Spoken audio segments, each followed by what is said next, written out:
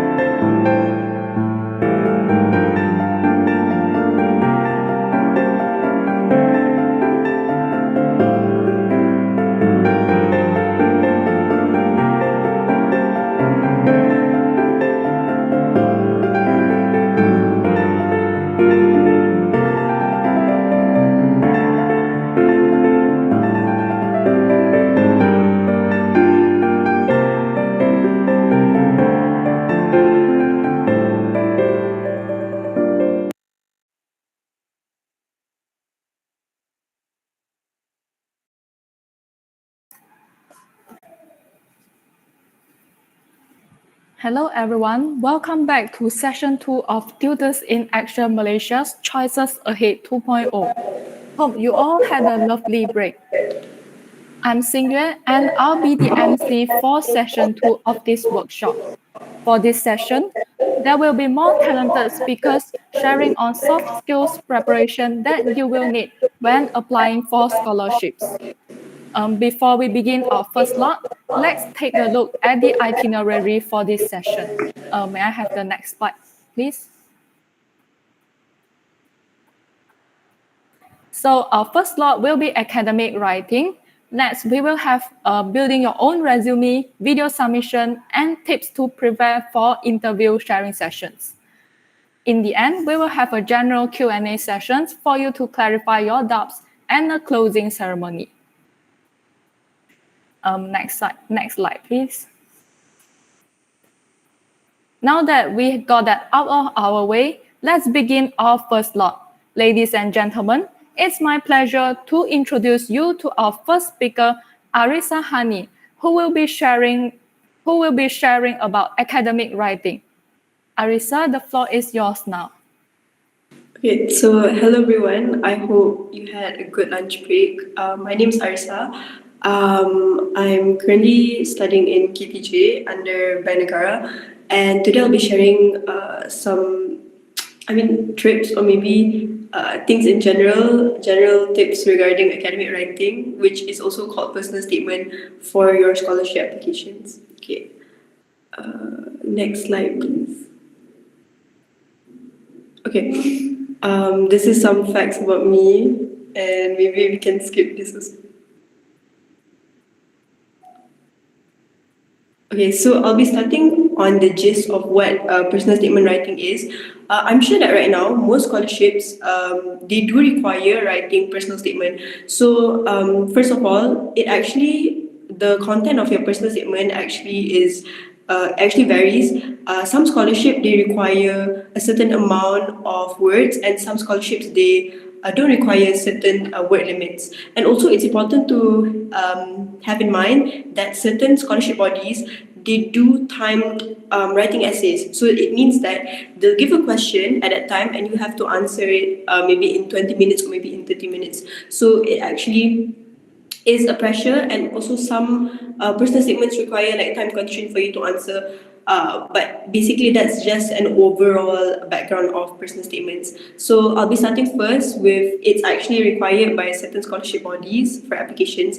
This is because when you go, maybe let's say if you go to the second or third stage of your scholarship interview, they will actually, some of the interviews, they also ask questions in regards to what you actually write in your personal statement. So let's say maybe in your personal statement you write something about being a head team or maybe being a head prefect in your school. So maybe they'll actually ask those things in your interview. And it's also so important because of that to read back your personal statement and actually really make sure that you actually know the content of your personal statement before going to the interview.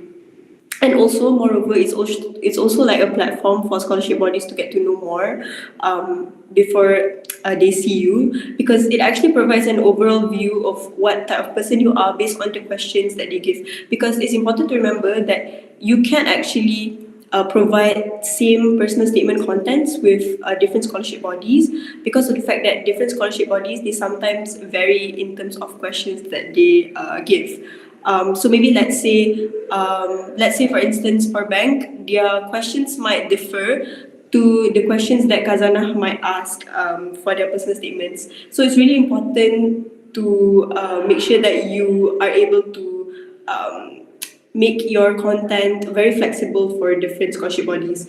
And the second last one is you can also learn regarding the things that you've done in the past, because I believe that personal statement is actually really important for scholarship bodies to know what type of person you are, and also what type of passion you've dealt with before in high school. And also it gives an overall view of what type of person you are to serve the company. So for example, let's say you did something in regards to maybe sports or swimming. So they can see from here that you have a very sporty and also energetic kind of character. So these are the characteristics that some scholarship bodies are really looking to, and also they can get a glimpse of it from your academic writing essay. And also the last one is the one that I've mentioned before. It depends on different scholarship bodies, and also the questions might vary. Right. So we're going to the next slide. Okay. So for the pre-writing process, so I believe that pre-writing process is important for you to get like an overall idea of what you want to write. So because of the fact that different scholarship bodies, they have different types of questions, they are also very it can also actually vary depending on different scholarships. So it's very important for you to have certain ideas that are similar, and so that you can expand those ideas in every scholarship bodies that you have. So it's easy for you to just, it's not like copy paste and writing, but it's more to like having a rough idea of what you want to put for every scholarship bodies that you might have. But it actually might be a hassle for you if, let's say, you're applying for different let's say, for example, you're applying for different courses. So let's say for a bank negara, you're applying for maybe economics, and then for Kazanah, maybe you're applying for law. So it's actually quite tricky for you to go about that. But I believe that if you have like the similar, or maybe you have an idea of what you want to talk about different, it's important for you to become flexible lah. But I would suggest you to apply one course for all scholarships, because it's easy for you, because you know already the gist of that course, and it's easy for you to just tweak in about that course, because you're already like, you're just repeating the same thing for all scholarship bodies. Okay, so the first tip that I would suggest is to list out all activities that you've done in the past. Let's say maybe you've involved yourself in maybe sports, or maybe like extracurricular activities, or maybe it can be just academic, as simple as maybe becoming maybe the head team in like a certain club, or maybe like a certain maths club or something like that. And then when you've list all of those achievements, what you can do is actually you can write at the bottom what you've learned from all of these activities. Because I believe that the scholarship bodies, everyone, you have to imagine that everyone which is applying for a scholarship, everyone might have roles. Everyone has leadership positions. Maybe there might be like 40 head girls, or maybe 40 head boys.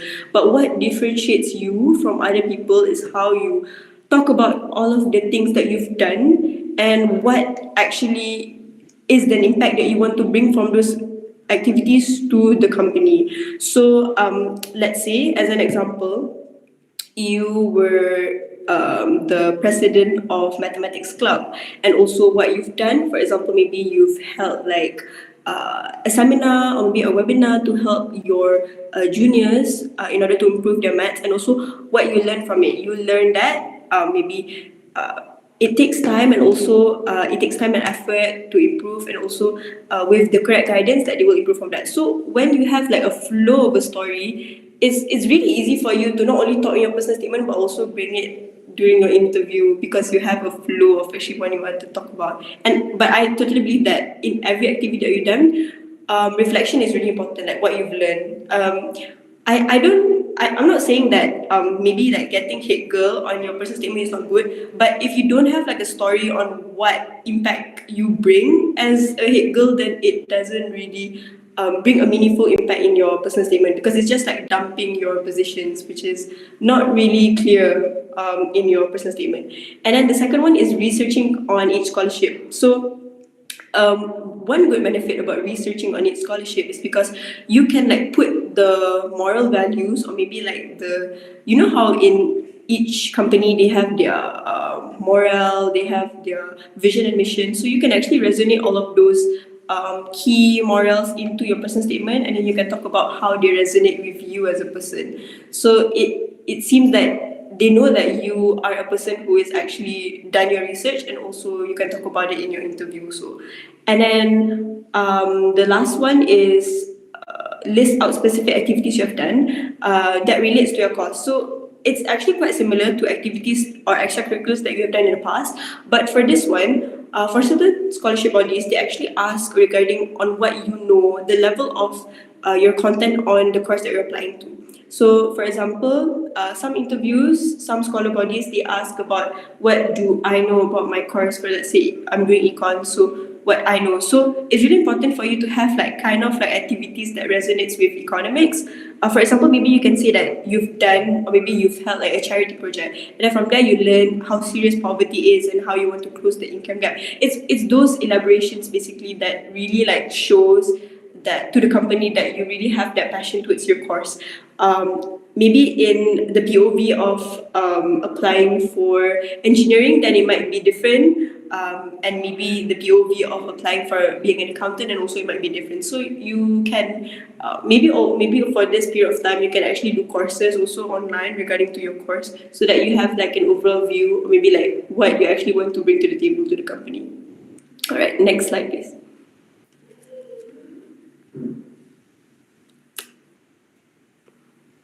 Okay, so for structures of your essay, I think the first most important thing when you get your essay is to dissect the essay question and also understand the requirements. So first of all, if there is a time limit, then it's really important for you to follow.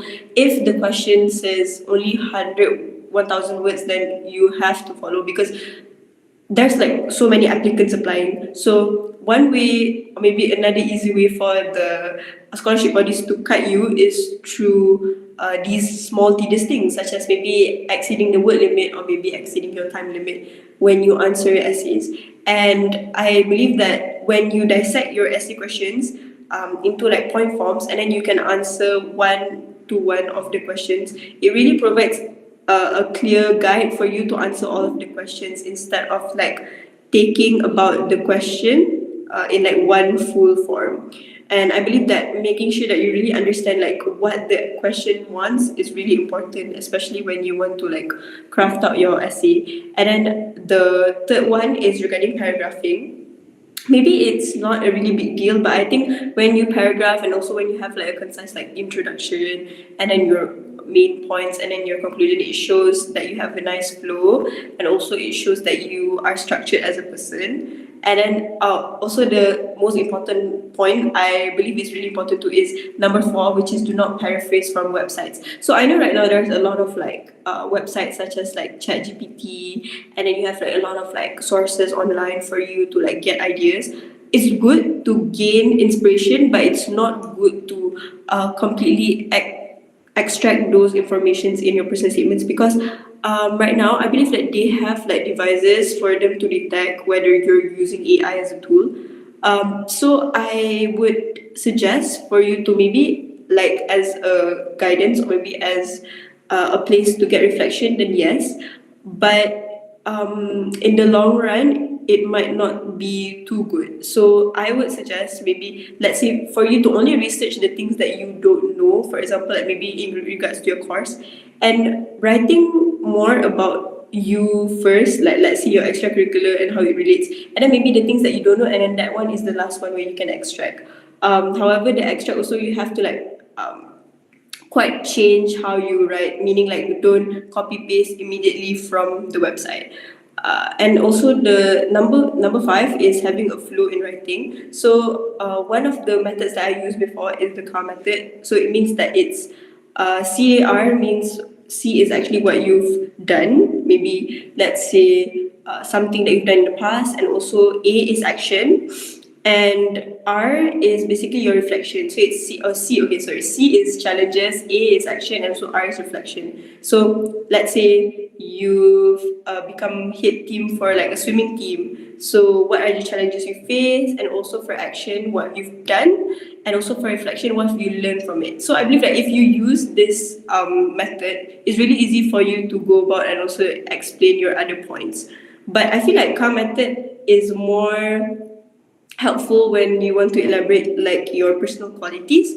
When you want to talk about how it resonates with your course, I believe that it's also beneficial, but it's more to how you want to explain about your personal qualities. And also making sure to, for this one is actually just a sample question, so how you can contribute to your nation, to your scholarship body, and also yourself. So what this means is actually from all of your personal experiences, how can those resonate, and also how can you take about from them, and also make how can it make how all of those experiences actually build you as a person, and also how you can use those to contribute back to your scholarship body and also for yourself. And also sometimes maybe in essays, sometimes if you feel like you have no idea like what to write because you have so little information regarding your course, what you can actually do is okay, what I did before when I had little knowledge about my course is I go back to like all of my past experiences and I see that which one of these actually relates a little towards my course, and then after that you can actually elaborate more. So I believe that using your experiences as a guidance in order to like answer questions is also really really beneficial. And also number 6 is creating a hook. But another factor why I don't believe that I believe that there's pros and cons in creating a hook. I believe that for like really really long essays which they have like maybe 1,000 limits, then I think it's good for you to put like like quotes, statistics, and all that. But I think if it's like only 200 words, then I don't really like encourage for you to use hooks. Because of the fact that you have really limited time and also limited amount of like words that you can write. So I believe that it's better if you just stick to the CAR method rather than like writing a lot of hooks, which doesn't really like show who you are as a person. In the sense of like you're wasting word limits rather than writing about you yourself. And number 7 is to check.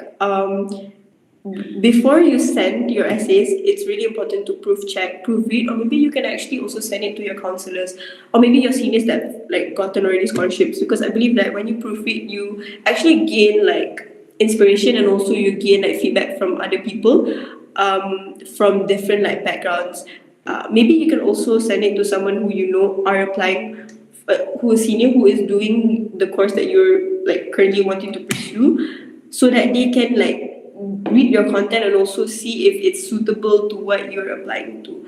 And yes, it's important to have to proofread with like English teacher, and then also someone who's doing your course, and also I believe that like showing it also to your parents also is good, because like they can read through and also they can maybe comment and also assess which one is like a good point, which one's not. But basically, getting feedback is important. Feedback is important, and also I believe that the last point is the most important, to check and check and check, because you're gonna have so many drafts when you write your essays, so many drafts and so many mistakes. But don't let it demotivate you, as believe that every correction that you've done in your personal statement, it will actually like benefit you actually in the long run. So I believe that that's all for me. Thank you. All right. Thank you so much, Arisa, for this wonderful and insightful sharing sessions. I also have written like personal statement for my university applications, and I found it very challenging. And also when they give you like a certain topic and it's like a very the essay is very short and you need to like choose which point is important for you to write. So I think that's very challenging to express your thoughts or opinions in a very short word limit. All right. So since we have some time, we would like to open the floor for the participants for any further inquiries regarding academic writing. So our participants, if you have any questions in mind, please do not hesitate to drop them in our Slido. You can access it by scanning the QR code on the screen or the link sent in the Google Meet chat box earlier. So we will give a few moments for the participants to drop in their questions in our Slido.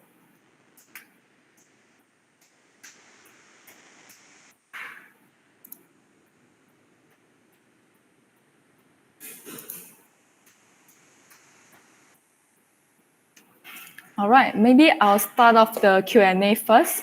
Oh yeah, that's our first question. Might be a controversial question, but what's your essay question? If cannot disclose, never mind. For I if I remember clearly, for my I think it was Kazana. Because for different scholarship bodies, there's like different like requirements. I mean different like questions. But not all scholarship bodies actually require like personal statement. For Mara and GPA, they don't require, and Petronas also they don't require a personal statement. But for bank, they do. Khazanah, they do. I think it's only bank and Khazanah and PNB. I'm sorry if I'm wrong. I know that most of the questions, they actually really relate to. They actually want to know more about how you are as a person. So let's say they will ask about like, maybe describe your achievements and also what you've done in the past, what leadership experience you've done in the past, and also maybe like finding a question that actually relates to what you want to do in the future, and also how you want to plan to serve the company. So those are actually like just a rough questions on actually what they're gonna ask, and also what I think that you should include in your personal statement. What do you think is the hardest topic to write about?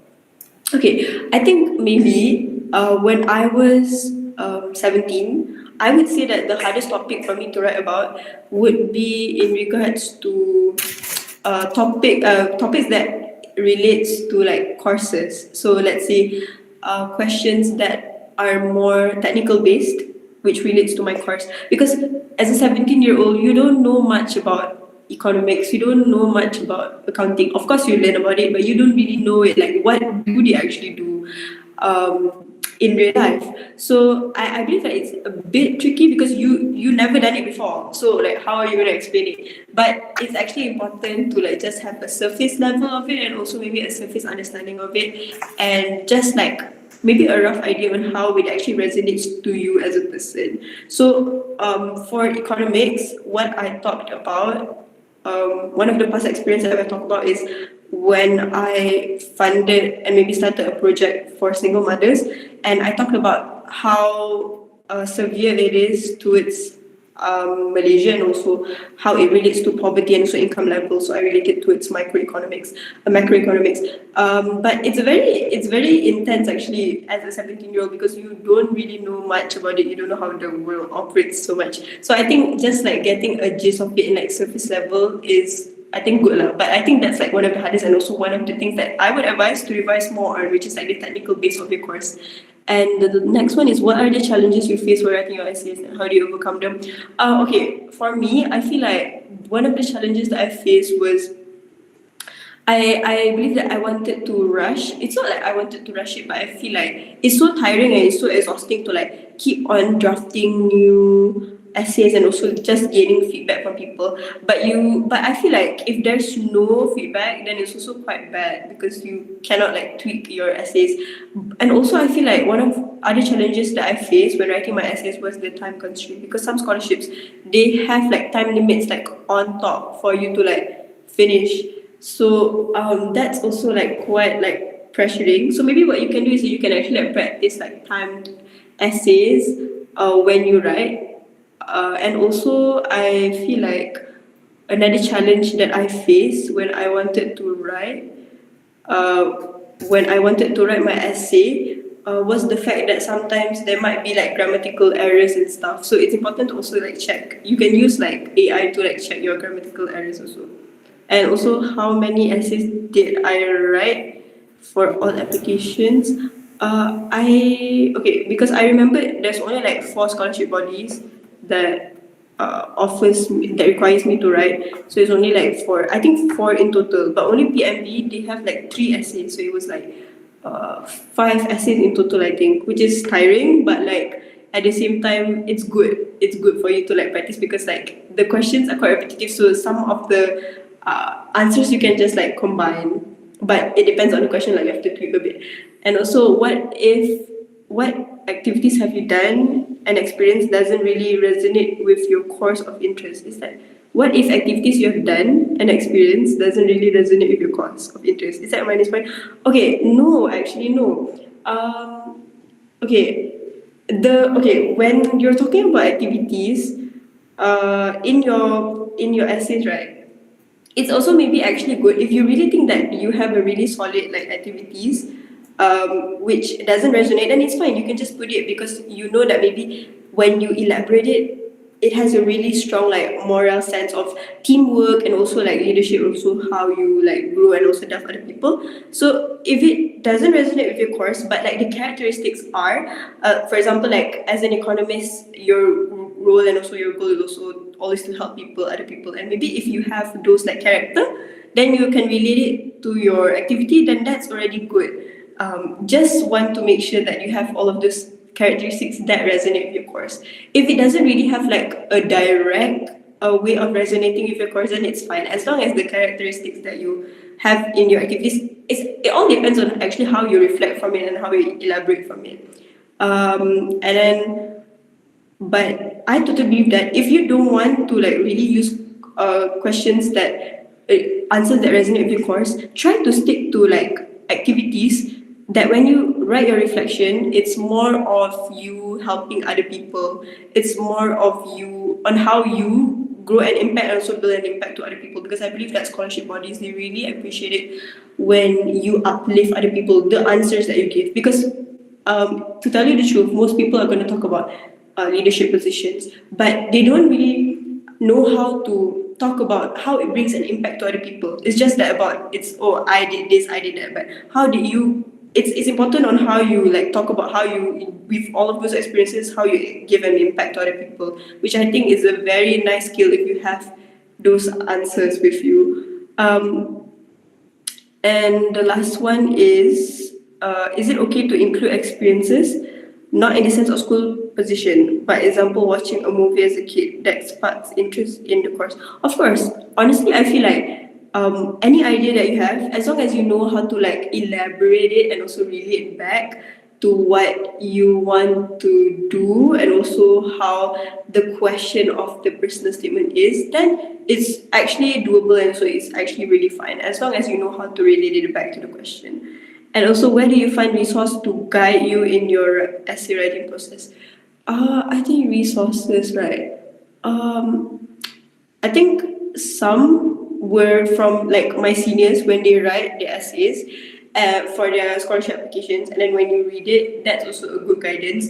But I feel like a good resource is actually reading through like your seniors' past essays, and also watching based initiative also helps because they really provide like a concise way of how you want to write your essays in a eloquent way.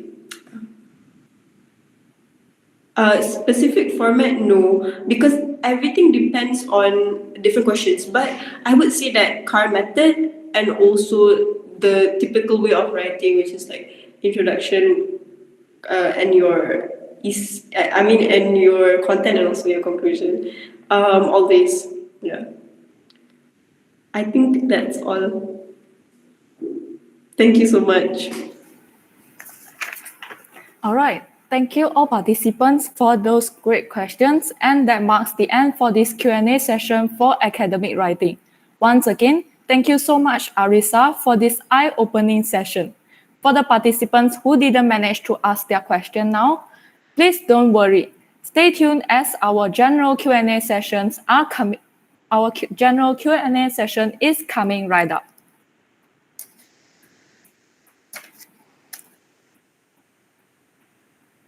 Now we will move on to our next slot.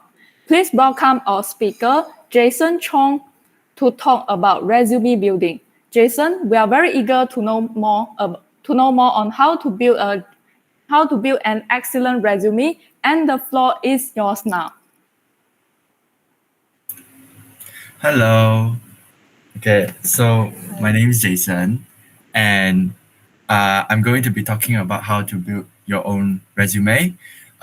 Just as a background, brief introduction, I would say, on myself before I continue. So, well, it kind of gives away, isn't it? But so I don't know why it's not showing, but it's okay. I'll just talk a bit about myself lah. So I'm from Sandakan, Sabah. And to get the stereotype out of the way, no, we don't live on trees. We don't climb trees for Wi-Fi. Sabah is just a perfectly normal state like every other area in Malaysia. Okay. But yeah, I'm from Sandakan, Sabah.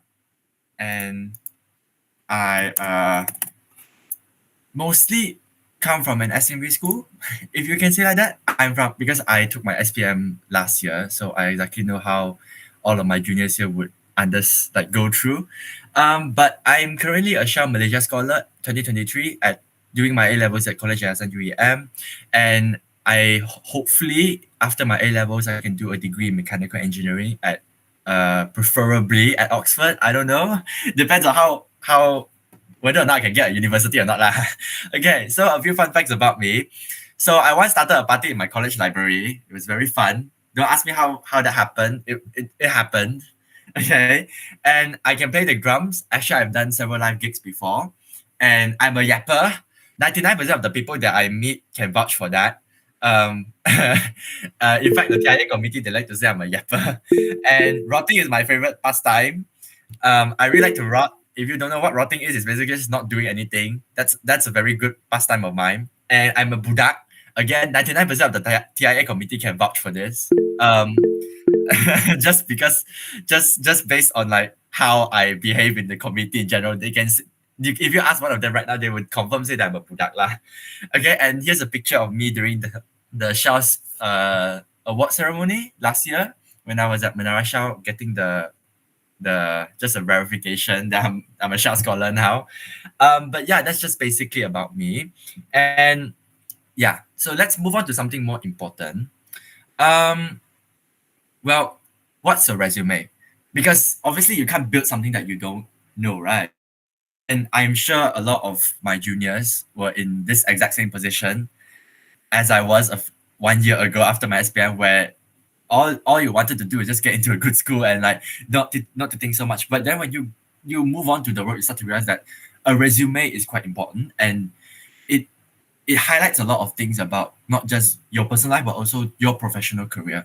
Now, before I continue, may I just elaborate more on what's a resume?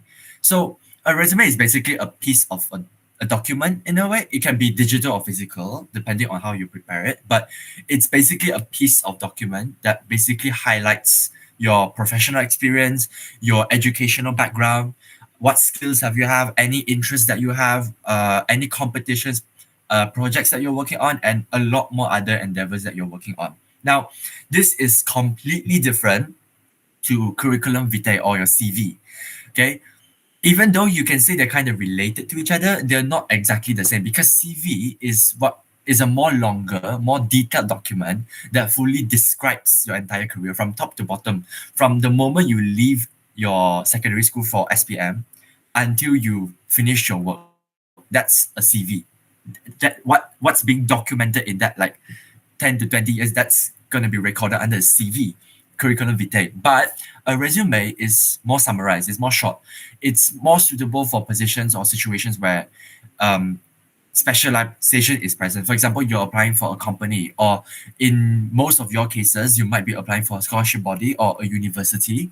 So in those cases, you will actually need a resume, because CV, it's not to say that CV is useless, it's just that it's not really relevant to for example, I'll give you an example here. I'm applying for mechanical engineering at UCL, for example, and I have to attach my resume. But if I attach my work and my projects that are not related to mechanical engineering, then in the university's eyes, it might be a bit wasteful in a way. It's not beneficial for them to help know what your interest to mechanical engineering is. So in that sense, it's better to send a resume, which is more summarized, short and direct, compared to a CV, because in that sense that they would know more about you in that particular field rather than everything, you know. So there's a difference between curriculum vitae and a resume.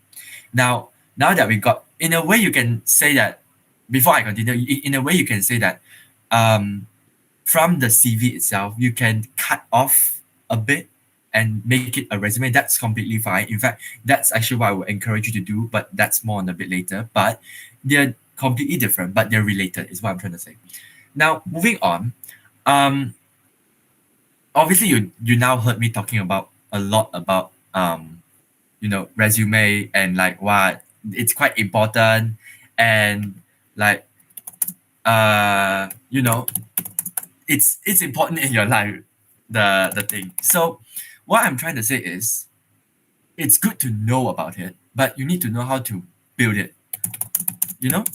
So how to do one exactly? Okay. So first of all, it's not you have to understand before you build a resume, you have to understand what you need to put in a resume in the first place. Because you can't just write some nothing or nonsense into a piece of paper and expect a scholarship body or a university um work with it. But for a start, if you are really interested in like building a really stellar resume, of course different people would have different level of achievements, and the way they will structure and the way that they will design their resume is completely different, and the way that they portray their experiences, the way that they describe what they have learned during an internship, for example, completely different. So this is just more or less like a general guide for you to just follow rather than take it by gospel, because ultimately what's being written is you. It's your achievements, it's your academic performance, it's everything about you. You can't expect yourself to um follow in, let's say, my footsteps or Arisa's footsteps, for example, the previous speaker. You can't follow 100% their footsteps, because what you achieved and what they achieve are different. So that's just something you need to take in mind whenever you start to craft your own resume. But let's say you're ready, you want to settle down and you want to sit at the computer and you want to write out a good resume. Okay, but the first thing you need to do is you need to make sure that you have a strong portfolio of academic achievements and extracurricular activities. I'll short form it into ECAs, but most of you would know this extracurricular activities as your COCOM. So in order to write a very good resume, you need to have a strong portfolio of these two, your academic achievements and your COCOM. Most importantly, you need to display, wait, 1 minute. The slide kena putus. Okay. It's okay. I think we'll have to I'll give them some time, I guess. 1 minute. Oh, I think I can just share my screen. Oh wait, okay, never mind. Okay, where was I?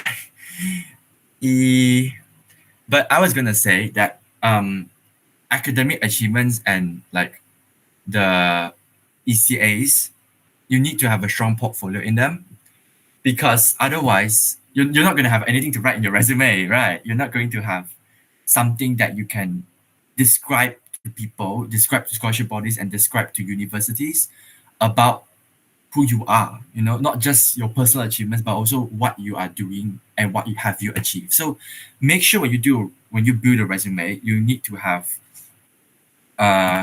like a good you need to have a good portfolio. And obviously, I know that this good portfolio is very subjective, because it depends very heavily on the person and what achievements you have. But again, just try and have a strong portfolio in the first place. Okay, then after that, try and list them out and describe what have you learned from that experience. It's a bit vague by saying this, but I'll show you later in the example what I mean specifically by this. Also, you need to list out any professional experience. For example, maybe you were involved in a part-time job after your SPM, or maybe you have done an internship after your A levels, for example. Then, yeah, most likely you are able to write what you have learned during that 2 to 3 month internship. It's possible, and you are capable of writing that, because obviously when you do the job, you have gained a lot of experience, right?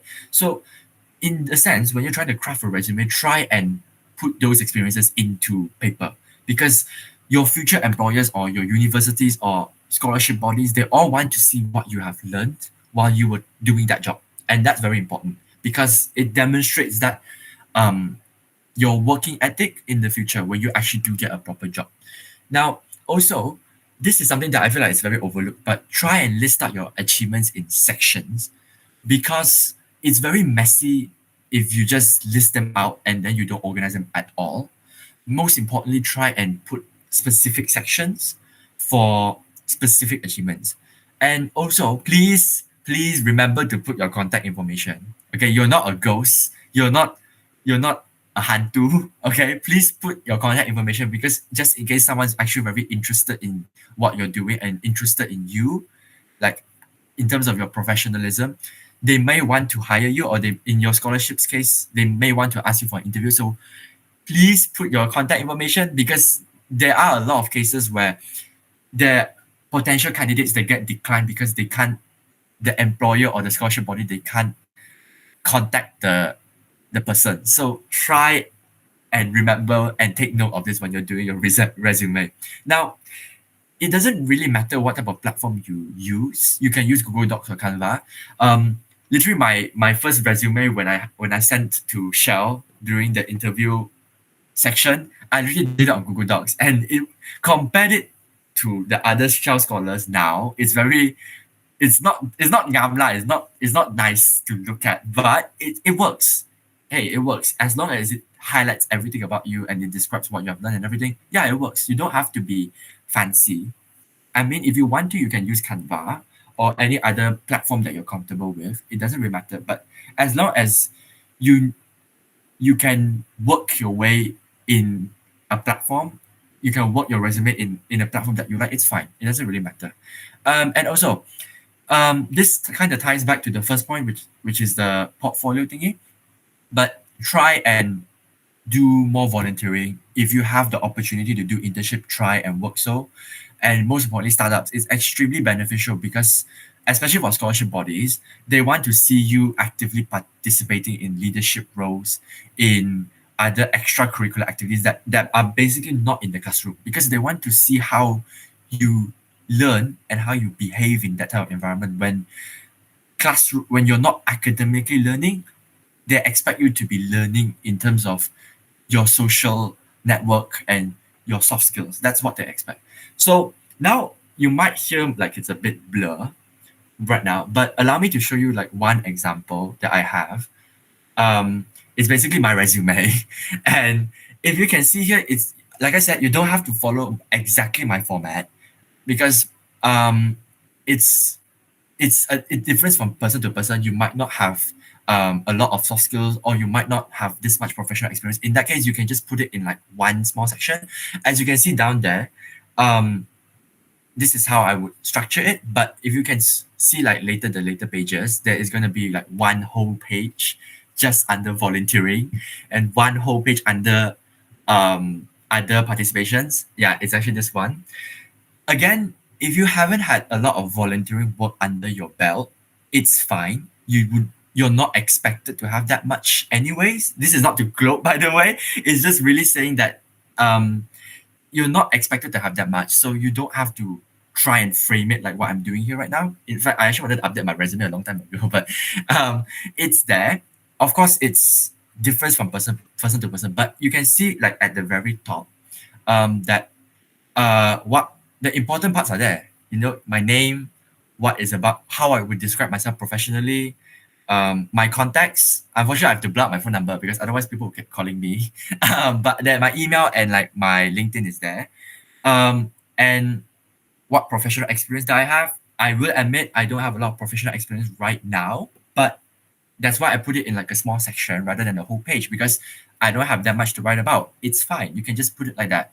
And the skills that I've learned on the left, my education background, you can try and list out as much as you can, but recommended to not list anything before secondary school, like because no one wants to know about how much you got in your primary school. It's not that relevant and it's not useful for all the institutions out there for them to do their assessment. But it's there if you want to put it. And there's a lot that you also have to take into consideration. For example, it's kind of, I will admit to myself, it's a bit messy because I wanted to organize it a bit better, but it's a way you can do it. You know, as long as you're comfortable with it, it's fine. And like like I said, there's also a lot more that you can put. For example, if you look at the second page, there's volunteering experiences. I will admit, um, not to be a bit proud or snobbish or anything, but I will admit I have done a lot more volunteering the past year or so. Right after my SPM and then up until now, I have done more volunteering. And I will be very honest with you, this is not how I would put it now because it's, as you can see, it's quite jumbled up, it's quite long and it's quite messy. Sure, the experiences are a lot that I've learned, but it's quite messy in a way. So in a way, if that's what you want to do, then fine. But some people would prefer to put it a bit more systematic, and that's actually what I want to do after this lah. But some people want to prefer like maybe in a mind map or something, or they prefer to put it like some sort of graphical image. That's okay. What I'm trying to say here is, in conclusion, how you design your resume is completely up to you. As long as you manage to put what you have learned in there and your achievements, your academic performance, which organizations have you worked under with, if you're volunteering, that's fine. Because it shows that you're really trying to show to the world and show to these scholarship bodies that you are learning a lot and you are actively participating in these NGOs, and you're most importantly you're gaining more soft skills as you grow. Okay, now it's before I come back to the slides, it's important to note that for some of these, it's pretty important for you to highlight the what you have done, because you can't just say that for example, like right now, you see like friend stock tutor. You can't just say that I'm a friend stock tutor from this time to this time. You have to say specifically what you have done. Or I've tutored science, SPM science, SPM maths, and I have marked students' works, something like that, to describe what you have learned, describe your job, and then describe the experiences you have. That's really important. But yeah, this is like one of the examples that you can have. Obviously, when you go up and search up the web, there's a lot more examples, and some of them may not follow this particular example that I have here. It's fine. Like I said, the important part is the important part is not about how you design it, is how you portray what you have learned in a piece of paper. Yeah. So that's basically the example. And I would believe that there's a bit more from the slides as well. But this is, again, one of those type of examples that you can look after. But yeah, so things to take note when you write your resume. Number one, please do not gloat. Jangan yap dalam resume, please. Terima kasih. Please don't yap. Don't be like me right now, just talking so much and then write all of that in your resume. Okay, I know some people like to really highlight their achievements and they yap a lot in the resume, but yap the ones that is relevant. Okay, please don't yap about your latest Hari Raya trip to Mumbai or your latest Christmas trip to Dubai or something. Please don't yap in that in your resume. No one wants to know. The scholarship bodies, they're not interested to know. The universities, that they even don't know why you're saying this. Okay, do not gloat too much. Do not yap too much in your resume. Just list down the tasks that you have done under your professional experience. If you, for example, if you have been under a 3-month internship under Petronas, for example, as a mechanical engineer, what have you learned during those 3 months? Those 3 months only. What have you learned? What were your job scope? What were you asked to do? Those 3 questions under that period of time. Once your internship ends, don't go and say, oh, after my internship, I went to Dubai and I went to have fun, or I went to London and I see Taylor Swift. Please do not say any of these in your resume. It's not helpful for you. Okay, do not yap in your resume unless it's relevant to your resume and to the experiences you have. Okay, that's number one. Number two, like I said, please make everything systematic. Please keep everything organized. Don't kelam kabut, especially don't. I think I will highlight it later because there's another point there that relates to this point. But please don't kelam kabut prepare a resume just because you need it now. Like I've heard a lot of cases where some people, they wanted to apply for scholarships. For example, like maybe they want to apply for Bank or Shell or Petronas, and the day before they were supposed to do their interview, the day baru they prepare their resume, and it's very messy. Like I said, it's not ideal, and it gives off the impression that you're not really serious in a way. You're not organized. You're not prepared to do this. So try and make everything systematic and organized. Up if you feel like a section of how you do your resume, like for example, just now, like literally what I said, I feel like my volunteering section is a bit too messy. Then update it. It's fine. You can just update it however you like and make sure that it's presentable and it's systematic. It's organized. Like I said, I will admit, my own resume, there's parts where I just feel like it's a bit too messy and I will have to update it. So just update it. It's fine. You don't have to stick to that particular format for long. It's quite creative in the way you do your resume, actually. But the key pillar is try and keep everything systematic, try and keep everything organized. Now, also, please put a professional photo of you. Very, very, very, very, very, very, very important. Please put a professional photo of you, at least just a pretty photo of you that looks presentable, dignified, and reputable. Okay, please put like a professional photo. Like literally, if you have take note of my resume just now, yes, I was wearing a suit and I was just mildly smiling, but that works.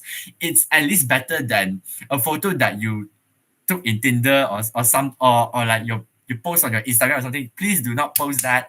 Okay, they're not interested to know how you are as like, they're not interested to see that type of pictures. Okay, they're not your future boyfriend or your girlfriend. Please do not post that type of pictures. Please pick like a professional photo of you, preferably one that you are like dressed up professionally.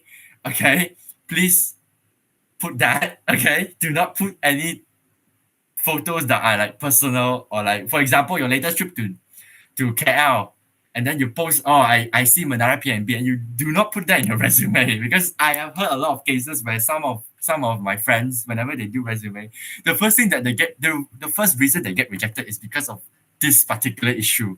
Your photo very not professional, so it feels like you're not professional enough, so they just reject. That's an actual sentiment that they will have, and especially for the companies that you might apply in the future when you work, or scholarship bodies. So very, very important. Please remember to put a professional photo of yourself. Okay, that's number 3. Number 4, always have your CV in an editable template, because if you because obviously when you move on in life and you move on in terms of your education and you move on in terms of like your volunteering work and everything, you're going to have new experiences and you're going to have to write down the new stuff that you have learned. So preferably try and keep it in like an editable template, and it ties back down to the platform that I was saying just now. Try and have it saved so that whenever you feel like you have something to add, you can just add it directly rather than creating something from scratch and writing and doing all of that work just to add like one more line that says you have just got this internship from Petronas, for example. It's not worth it, and it's definitely not worth your time to do that. So try and have it in an editable template. And also, please constantly revise your CV whenever necessary. Like I said just now, it ties back down to make everything systematic and organized, because the last thing that you yourself want and the scholarship body wants is for you to submit a half-assed work in a way. Is for you to just send in a very chincai resume for them to reject you. It's not going to be beneficial for you and them also. So don't make it last minute. Don't make your resume last minute for a scholarship application. If your scholarship application is like due, let's say tomorrow, and then today while you brought a resume, just don't bother. At this point, just don't bother, because it's not worth it. There's a lot that you need to consider. There's a lot that you need to write, and there's a lot that you need to understand about yourself professionally before you can actually craft out a good CV. It's not something that you can just say, I'll write this and send it off tomorrow. I'll be very honest. The resume that I sent to Shell for my scholarship application, post application season over, my recruiter literally talked to me about this issue a few weeks ago when we were meeting up. He literally told me that my resume at the time was not cemerlang. It wasn't really good, but they take into they were like, I was lucky because they just look at the achievements in general. But here I am just warning you in advance. Please do not make the same mistake that I have did. Try and prepare it wherever early. Do not make it last minute. And again, if you have any new achievements or like new commitments or just anything that you feel like you can write it down professionally, just write, just update, just revise it whenever necessary. Yeah. So that's a lot of stuff to take note, but once you do, you would gradually understand what I'm trying to say. And I think the next slide is 1 minute. The next slide is yeah, okay. Okay, so this is just an excuse for me to post photos. Okay, this is just an excuse for me to post good looking photos. But it highlights back to my point of putting a professional photo. As you can see from the left side, what you should put on your resume is exactly on the left side. You know, you dressed up, preferably at the background where it's like white, you know, you cannot see much. You dressed up professionally, like you are actually ready to work, and put it on your resume, put it on your LinkedIn. Do not post the ones that I have highlighted over on the right hand side. Again, it's just an alaskan for me to post my pictures, but it highlights back to my point just now. Do not post these like something like this on your LinkedIn or on your, especially on your resume. Please do not do that because um I don't know whether I have told this story before, but I'm personally, this is just a personal experience, but I'm doing another talk for Shell the next 2 weeks, and I made the same mistake that I have told myself not to make, which is literally post the one on the right to them, and then they just literally shot me down and say, "Can you please post something professional?" So it not just works for resume, also it works for like everything related to professionalism in general. So here I am telling you and extend myself, do not post like this type of not to say indecent, it's just not appropriate photos to your resume. Okay. Okay. Now I think that's generally it. I'm not too sure which okay, yeah. So that's generally it for this for my slot. Thank you so much for listening to what I have to yak for almost 30 minutes. Here's my Instagram. If you guys really appreciated my thought and you want to follow, you want to ask me for any tips. It could be anything. It doesn't have to be resume. It can be about scholarships, education pathways, or anything. You can just DM me on my Instagram. Here it is, the QR code. The tag is also there. But yeah, thank you so much and have a great day.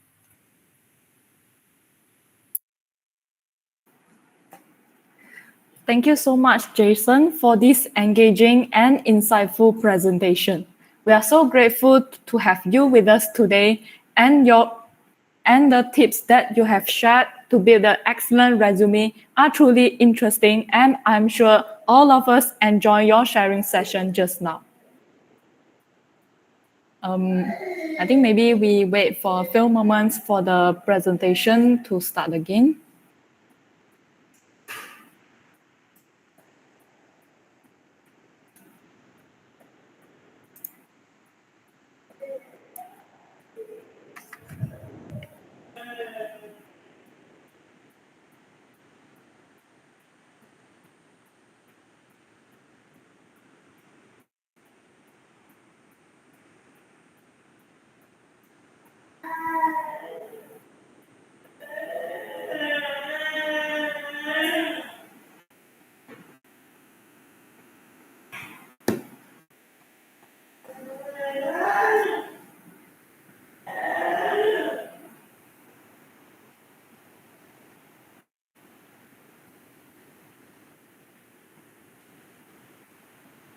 All right, the slides are back. So without wasting any time, let's move on to video submission to answer prompts or introduce yourself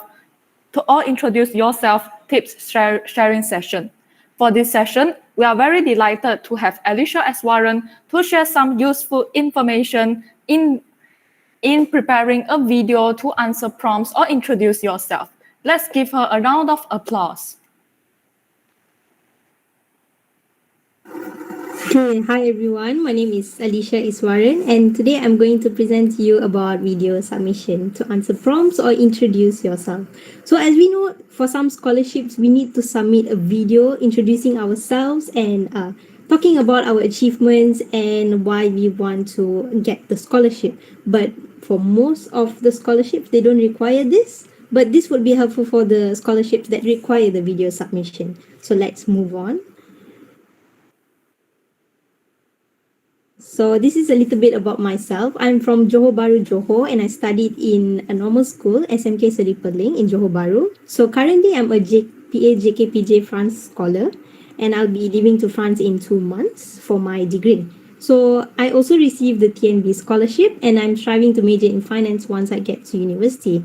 So a bit fun facts about myself is I love coding and programming, and I also can play the piano very well. And I love listening to music a lot, and I love to bake, and I really love art and nature.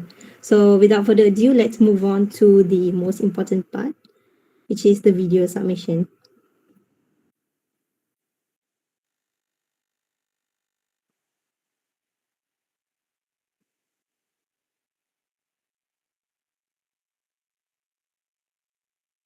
Okay, so in this slot, I'm going to talk about the tips and tricks and the do's and don'ts on what to do in a video submission and what not to do during a video submission. So let's move on to the first point. Okay, first we should understand the prompt. So we should thoroughly read and understand the scholarship prompt. Ensure your video addresses all the required points and stays within the specific time limit. For some scholarships which require video submission, you have to, they sometimes will give you points on what you should include in your video. For example, they would ask you for your achievements, on why you want to get the scholarship, what are your plans 10 years from now, and why this scholarship is important for you. So I feel like this thing is very important for you to fulfill all the requirements that they ask you to present in the video itself. So take your time to plan everything that what you want to mention, and make sure you prepare that well. Second, you should showcase your personality. Of course, you should use the video as an opportunity to showcase your personality, passion, and unique qualities. Be authentic and genuine in your presentation. I understand that there are lots of things to say during a video because it gives like the real insight about who you are. You might write a lot of things in your essay or in your resume or even say things in your interview, but this thing gives like a direct view about who you are, and you can like the people who evaluate your video from there can see like who you really are, and it's expressive. So make sure this video is a good opportunity to showcase about who you are and be authentic and genuine in your presentation. So when you record your video, make sure you don't appear as if you're memorizing your achievements and everything that you want to say. I understand that, of course, we are competing with other people to get the scholarship, and we want to truly highlight about what we have, about ourselves and our achievements and everything. But I know there's a lot of things to say, but make sure you don't appear as if you are memorizing every single thing that you want to say. Make sure you can memorize beforehand, but when you record the video, make sure it doesn't appear like you are memorizing the video or something. So when you record the video, make sure to look straight at the camera, or don't look somewhere else or something, as if you are, it'll appear as if you're reading the script from somewhere else. And then the third one is to tell your story. Of course, you should share your personal story, experiences, and achievements that demonstrate about why you are deserving of the scholarship. Of course, people, when they evaluate your video, and before that, I believe there is a part where you should write an essay about why you want to get the scholarship and your achievements and everything. But also, this, you should share your personal story, but not the same things that you wrote in your essay. Try to include new things, new experiences, and achievements. Don't try to make both of it the same thing. Try to say something else in here, make it interesting. And also highlight any challenges that you have overcome and how the scholarship will help you achieve your goals. So the challenges that you have faced will show that how strong you are as a student facing the academic life, which is very stressful. Highlight the challenges that you have faced throughout your SPM days, the days before that, how you manage your stress, and whatever problems you face during the education days to make sure you appear as a strong candidate.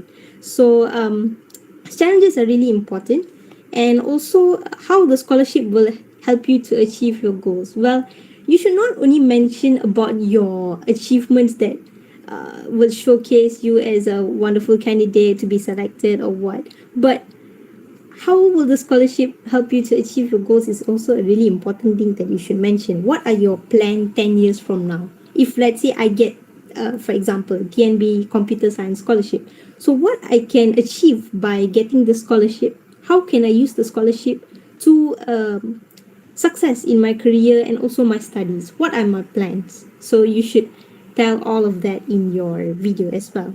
The fourth one, you should be concise and engaging. Of course, you don't want to appear boring in your video, just looking at the camera with a pale expression and like expressionless.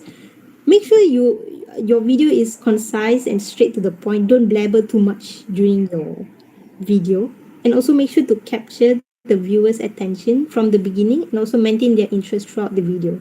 It might seem interesting from at the starting point of the video when they view your video and you are talking about your achievements and everything, but soon it might get boring when you maintain the same boring expressions throughout the video. Try to be more expressive and more natural.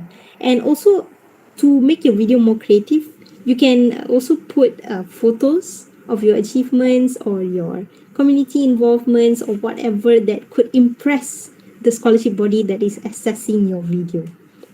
And yeah, that's why you should be concise and engaging. So because the video is quite long also, some scholarship videos require only 3 minutes, some require 5 minutes, some require maybe up to 8 minutes as well. So to maintain the people's interest throughout watching your video, you should be always you should always capture their attention by putting interesting things in there. Don't try to put too much of things that will make the people think that you're trying to over impress them.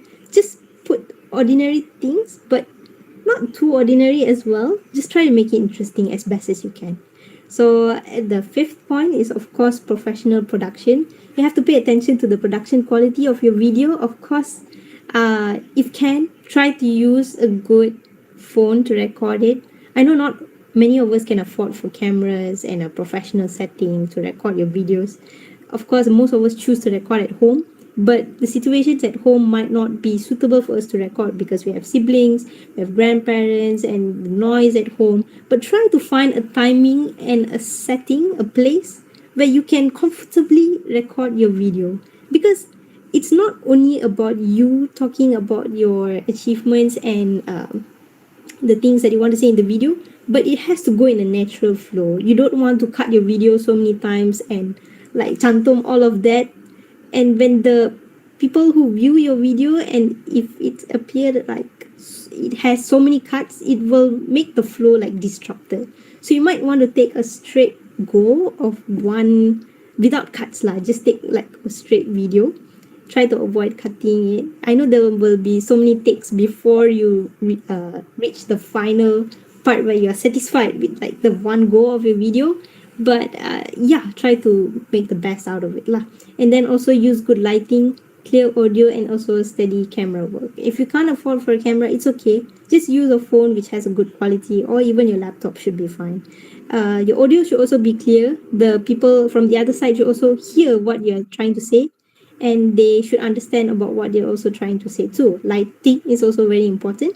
So when I made my video, I didn't have any guidance on how to make my scholarship video. So I basically viewed the example videos. If you like example, you Google for any scholarship video, they have so many students who have posted their videos, and like most of their videos are very good. They have good lighting, they have good environment, and then the things that they talk about, some of them even included images of them. So try to incorporate all of that in your video, and yeah, you can use those as an example for your video production. So the next part.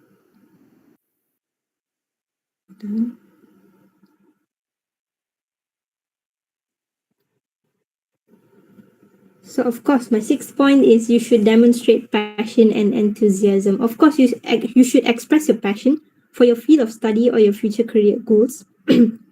So that means like it's not only you talking about your achievements. Of course, you should highlight the things that you have that are also related to the scholarship. For example, if you apply for a scholarship for foundation in computer science, you should emphasize more on the skills that you have. For example, I can do programming, I can do coding, and then like showcase the projects that you have done before, so that this could increase the interest of the scholarship body in choosing you to be selected for the scholarship. Also, show your enthusiasm through tone and also your body language. Don't maintain a boring expression, as what I said just now. Try to be very expressive and also include elements in your video such as pictures and all. Sorry. Then the seventh one is you should follow the guidelines. Wait. Sorry, I'm not feeling that well. Yeah. So the seventh one is you should follow your guidelines. So of course you should adhere to any specific guidelines provided by the scholarship committee regarding the format, content, and submission instructions. So some of the scholarships might require you to submit the video in a YouTube link where you should upload your video in YouTube and also like set the settings for them so that they can view your video. And also some of them might ask you to submit it in MP4 format. So make sure you submit the video according to the right format and try to avoid submitting it in the wrong format because it could definitely affect your application. So the content, sometimes scholarships might list the content like what you should include in your scholarship. For example, your goals, your achievements, your what you plan to do and everything. So make sure you fulfill every single requirement that is required in the video so that they could your video should be okay lah when you submit. And sometimes they also ask you whatever things you mention in your video during your interview. So it's really important to know what you wrote in your essay, what you mentioned in the video, and also what are you going to say in the interview. Make sure avoid avoid repetition, avoid saying the same thing. Try to say something new every time you bring up. For example, you went for a competition, try to talk something different or include an experience about the competition. So try to make it nicer a bit. And then the eighth one, you should practice and review your delivery. Of course, it's not easy to take your video in one go. So you should practice your delivery several times before recording the final video. And make sure you review your footage to ensure clarity, coherence, and effectiveness of your message. So make sure you review your video and make sure you review your video and also see whether you have missed out any information, if you need for a retake, or do you need to adjust anything regarding to the background, the lighting, or whatever. And make sure when you deliver your message, it should be clear and coherent. Don't make it like you directly blabbering everything at one moment. No, try to use like when it seems like as you do public speaking or when you speak an interview, try to use whatever cohesive devices you have or your language. Try to express the grammar that you have and everything. Use proper language. Don't use like I have achieved this lah and all this. Don't use a very normal Malaysian language. Just use like the proper academic standard language that could increase your image and also give a good impression on yourself when you present the video to them. And then the ninth point, seek feedback. Of course, consider sharing your video with friends, family, mentors, or for feedback. They can provide valuable insights and suggestions for improvement. Of course, this is very important because you might think once you take your video, you have good lighting, good background, good audio, all the content is fulfilled and you're done. No, it's not like that. You should consider taking feedback from your teachers, from your parents, or maybe your siblings, anyone. Just try to show the video to them. Ask them how you feel about the video. Is it engaging? Do you feel boring about the video? What should I improve throughout the video? Maybe the audio, maybe the lighting.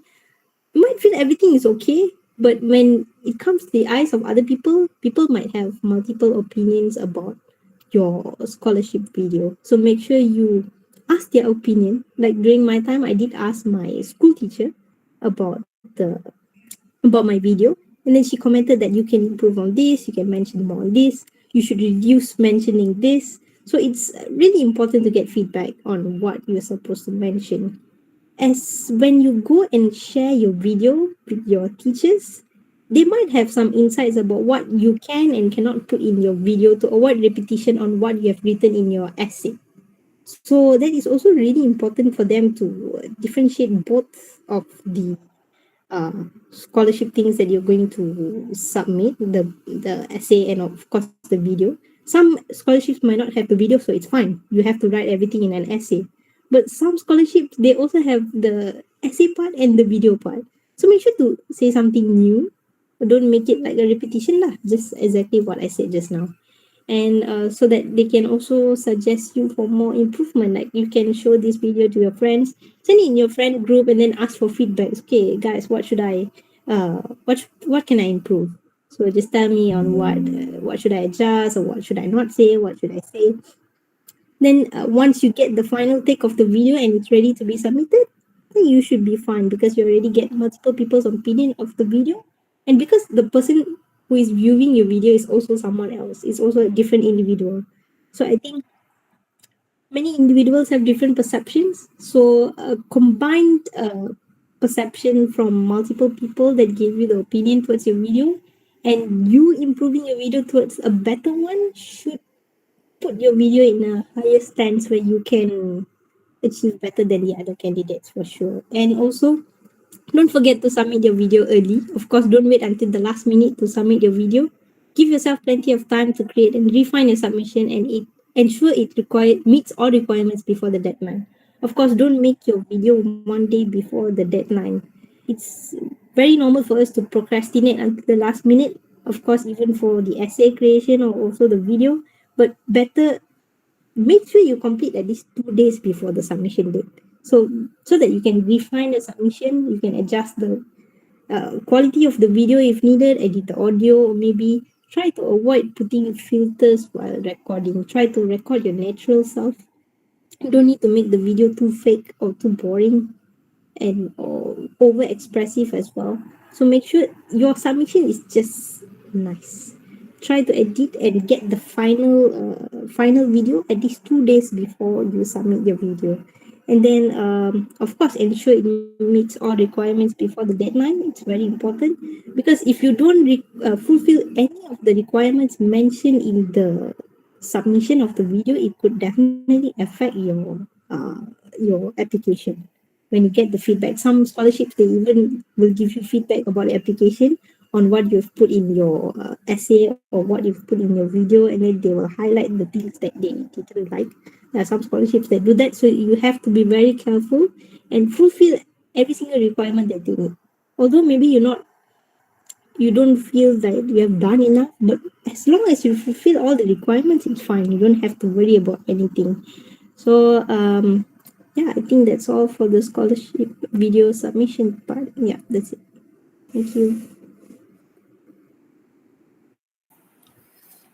All right. Thank you so much, Alicia, for sharing your insights with us today. Your insights in video submission are invaluable to us, and we appreciate your efforts in conducting such an insightful session. Since we have some time before the next session, we will have a mini Q&A session regarding video submission. Okay, the Slido is here. Thank you.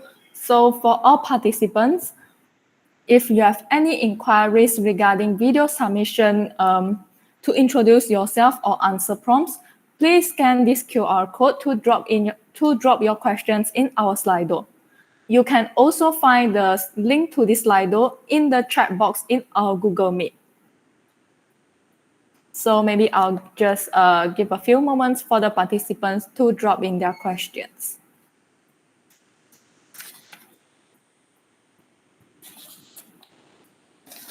All right, here comes the first question. How do I not be nervous when recording my video?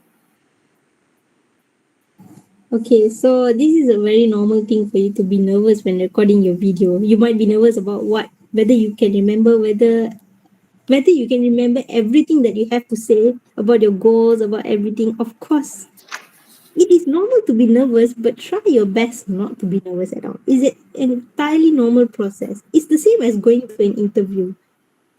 In fact, going to an interview is even more scarier than taking the video itself.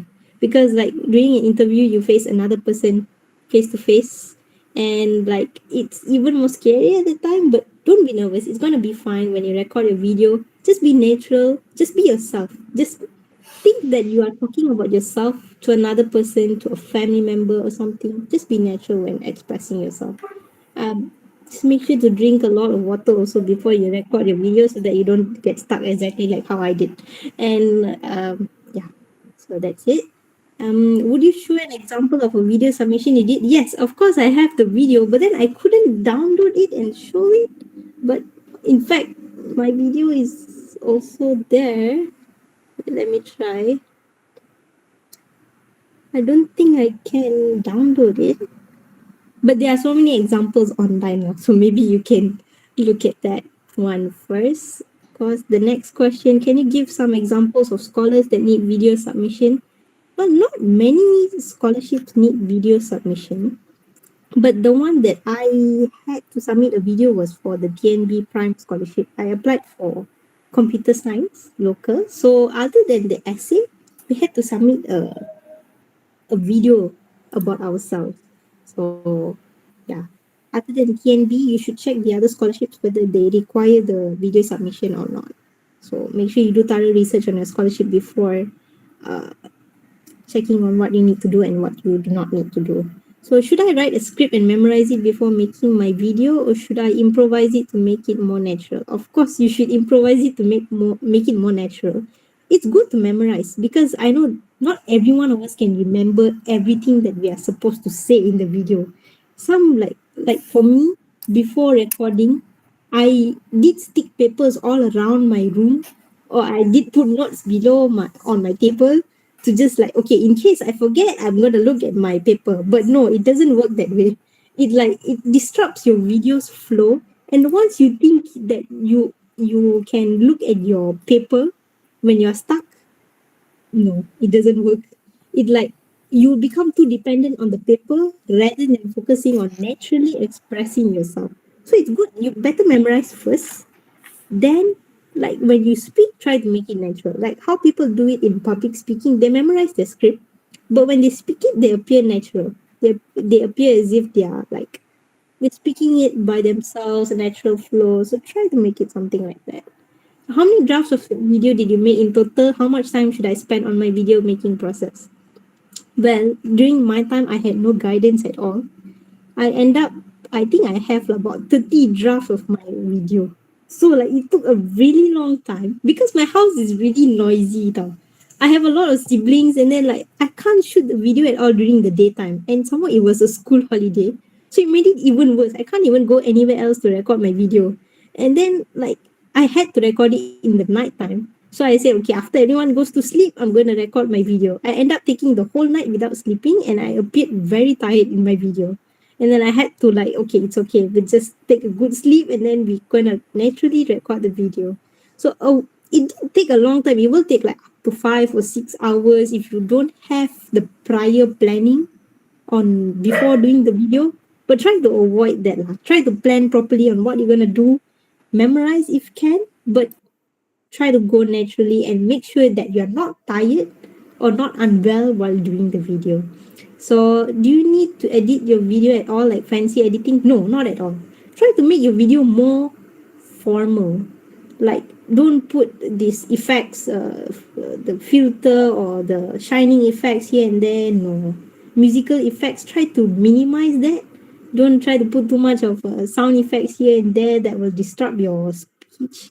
Don't try to put like instrumental music around, like making it so classical and everything. No, don't do that. Just maybe a bit photos about your achievements and your maybe like for example you have participated something, you want to show the photos, you want to show your SPM result photos, you can edit them, but don't overdo it lah. Just try to minimize it and try to make it like a very formal video. Don't make it too interesting or something. What prompts usually would be asked in the video submission? Usually the same thing, your achievements, why do you want the scholarship, what is your plan after getting the scholarship, what career do you plan to pursue, of course that one, and then how will this scholarship change your life, something like that. There are usually 5 or 6 requirements that you have to fulfill, a bit about your background as well. So make sure you include all of that lah, but don't overemphasize on your achievement. try to emphasize more about what you're gonna do after you get the scholarship and how will this scholarship help you in the future. So try to emphasize on that. Next question: how long does the video have to be? Usually, they will give you the requirement in the scholarship. So each scholarship have different uh, time limit on how long you can do your video. Like for TNB, for example, I think it's below 5 minutes. So like as long as it is below 5 minutes, it's fine, or exactly 5 minutes is fine. Kalau you terlebih also maybe 30 seconds lah at most. Don't try to go up to 7 minutes or 8 minutes or something. Some scholarships have videos of 8 minutes, but I'm not exactly sure what scholarship. You guys have to research that out. Some just 3 minutes. So you just try to obey the time limit lah. Don't try to overdo things. Like if they say 3 minutes, you give a 5 minute, 6 minute lengthy video. No, because they have thousands of applicants to review and they have no time to spend for you, one single person, to just be enthralled by whatever you say in the video. No, so just try your best to like fulfill all the requirements and obey the time limit. That's it. So is it advisable to add a bit of humor in in our videos? Yeah, it is advisable, but try not to overdo it. It will make you appear like a very silly person. You can definitely add a bit of humor like here and there, maybe a little bit of jokes, but don't touch on sensitive issues lah. Try to avoid that, and try not to overdo it lah. But you can definitely, it will definitely impress the scholarship body that is viewing your video, and I hope it gives a good outcome of what you're gonna record in your video. So what resources did you use reference when making your video? Of course, during my days, I didn't have this type of programs to like teach me how to do videos and everything. So it was a bit complicated because I have no idea on what to record at all. Like, should I just say all of my achievements, or should I just follow the requirements that are written in the scholarship? So what I did was, during for TNB, I watched all the past year candidates TNB videos. So that really helped me to get a pattern on what they are actually requiring in your video submission. So like you can take note of the general details that all of the candidates have, and you can try to improvise it in a better way. For example, like if you see all the candidates are appearing very strong about their achievements, they're very confident about, okay, I have participated in this, I took part in this, I'm a president of this and that. Yeah, of course.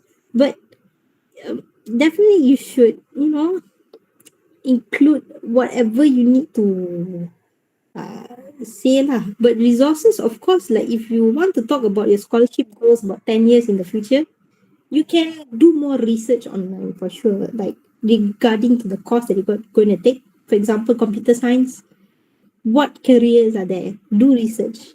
But then when you create your script, try not to use any external like direct AI things or chat GPT. Try to avoid that lah, because sometimes they ask you to submit your script of the video as well.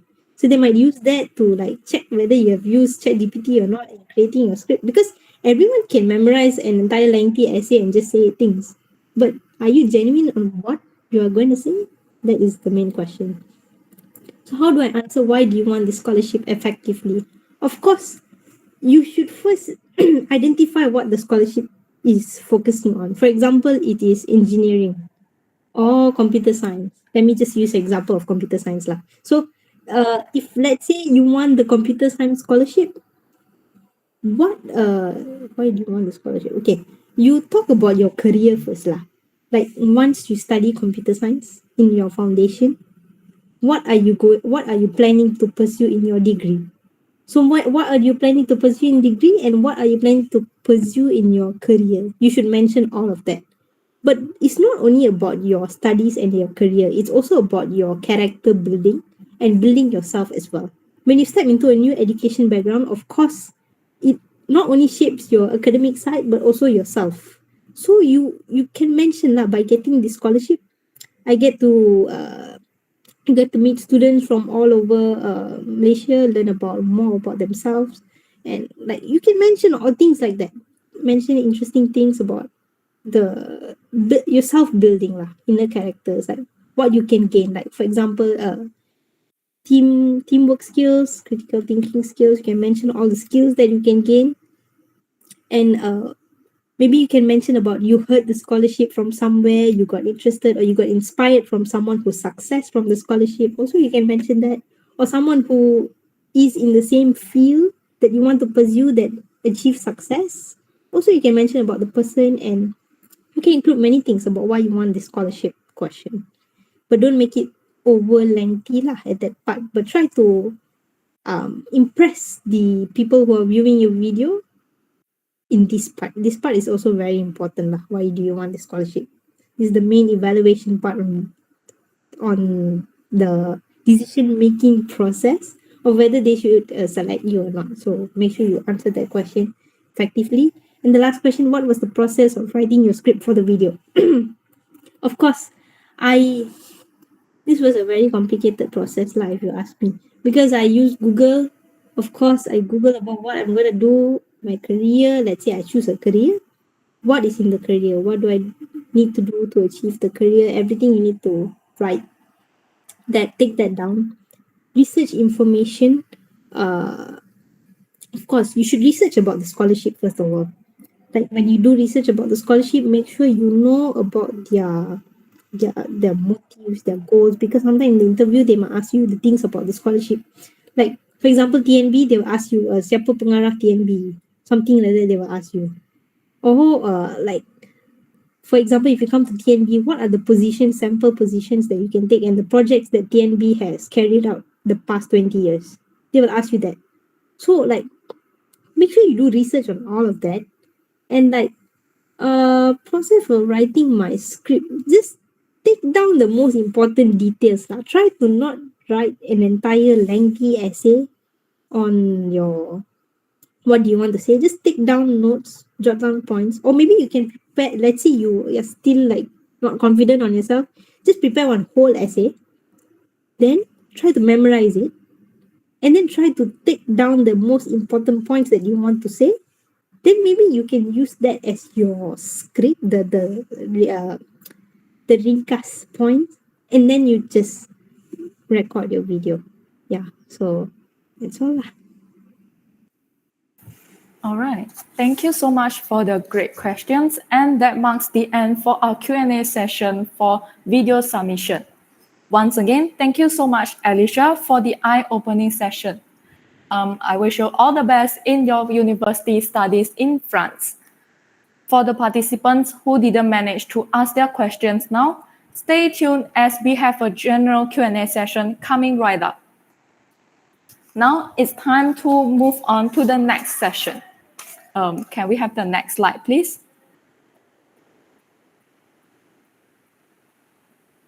To all participants, we would like to introduce you to our remarkable speaker, Bartholomew Law, who will be talking about tips to prepare for common questions asked in an interview. So let's give him a round of applause. Hello guys. So today I'm going to present about the common questions that can be asked in an interview. So first of all, I would like to start with introduce myself.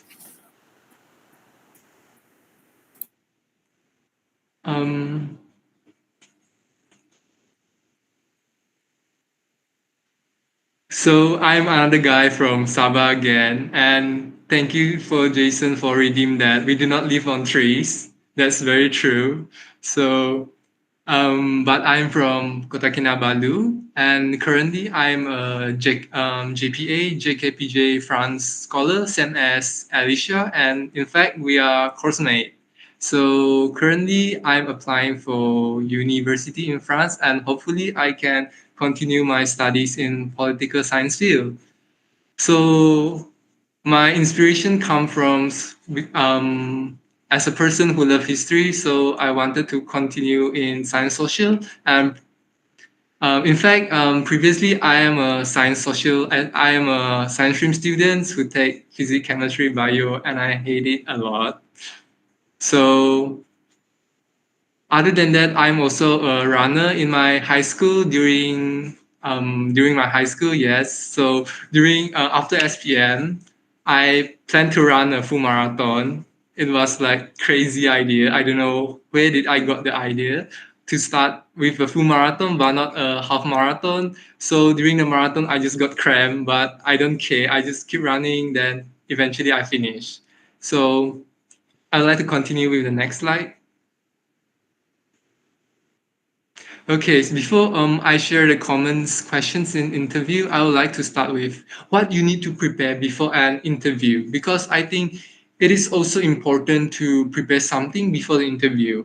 Firstly, after the application, they usually will send you an email that confirm that you already got a spot in the interview. So you really need to read closely to all the informations on the document that they give you. For example, if they ask you to bring and copy of IC, so you need to print it, or like your interview letter, because during my time for JPA, they actually asked us to prepare a lot of documents, and you need to arrange the documents according to the list that they're given. Usually it's better to arrange, so it will be easier for them to go through your documents when you arrive at the interview event. So secondly, it's the relevance document. What is the relevance document? Relevant documents means basically they did not ask you to prepare it, but you prepare it for them. For example, you can bring your CV during an interview. You can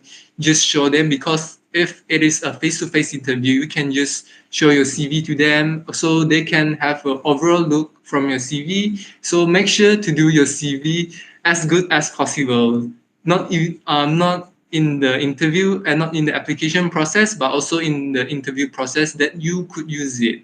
So other than CV, I think that yours depends on scholarships. For example, Petronas, they ask you to bring your certificates, which no one knows, but somehow they just ask that you need your certificates. So it depends. So for me, I think that the best way is to prepare all the documents they wanted. Secondly, is to bring a CV just in case. Secondly, is following the dress code.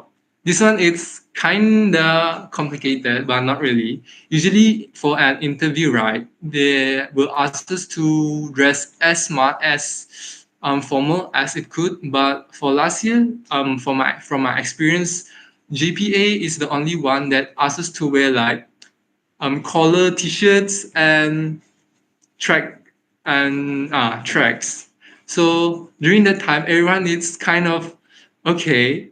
Is this a formal interview or not? But don't take a guess. Just follow what they want. For example, Petronas want you to wear a formal, then you just go with it. Don't feel like, oh, if I don't wear a formal during GPA interview, they are going to disqualify. No, they are not going to test you on that. Just follow what they want you to dress. But for formal clothing, please make sure that you always have like at least a necktie, at least a belt, because one of my friend told me that he think that he did not get the Mara scholarships is because he forgot to wear his necktie, despite he already wear like all the formal with blazer and stuff like that. He said that he forgot that, and he feels bad throughout the day at the end of the interview, because everyone is like wearing so formal that only him is missing the necktie. So I do suggest that you can prepare this earlier if you know that you already have an interview, and get it earlier. Go and buy, or just go and borrow it from someone else. And thirdly is about showing up earlier. You know why is it important? Because usually people is going to panic. It's like if you are only arrived at 10 minutes before, sometimes you are just blur. You don't know what to do. Like maybe the instruction is given earlier already, but because you was not there and you just appear there, so like you are missed in the middle. And for like Petronas, they usually have a short briefing, so it is advisable at least show up earlier, like 1 hour maybe, because maybe the traffic is jammed. So just sleep early and get up early the next morning and go for the interview. And lastly, before the interview, is be physically and mentally prepared, because it is exhausting. Maybe you are waiting there for the whole day and you are the last person, but interview is the last process of the scholarships application. Once you pass, you did well, you did great, and yeah, you are there for scholarships. So why not? Moving on to the next slides.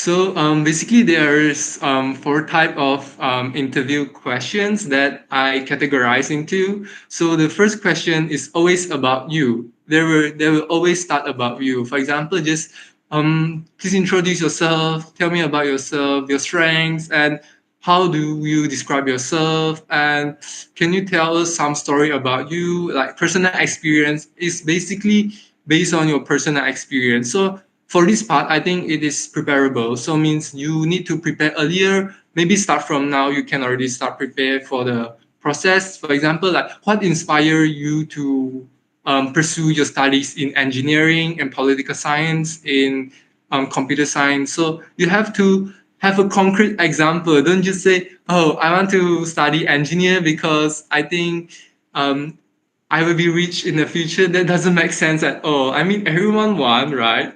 And we are here for scholarship. It's not just because you want to become an upper class in the society in the future. It's also like it's something inspire you that when you are small until this phase. So you think that it aligns well with your background.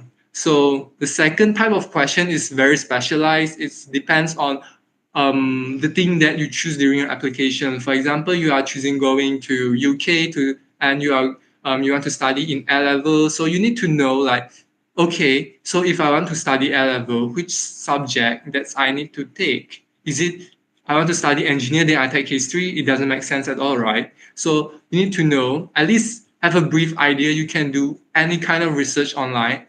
I'm sure that there's a lot of info. And why do you want to pursue your study in that particular country? Is there any difference between UK and US educations in the university? Yeah, obviously there is. And anything related to the scholarships body means for JPA, what do JPA do? Do JPA make oil like Petronas and Shell? No, obviously no, right? So you have to know what your scholarships body really finding. It really aligns with your passion, then I think it will go well.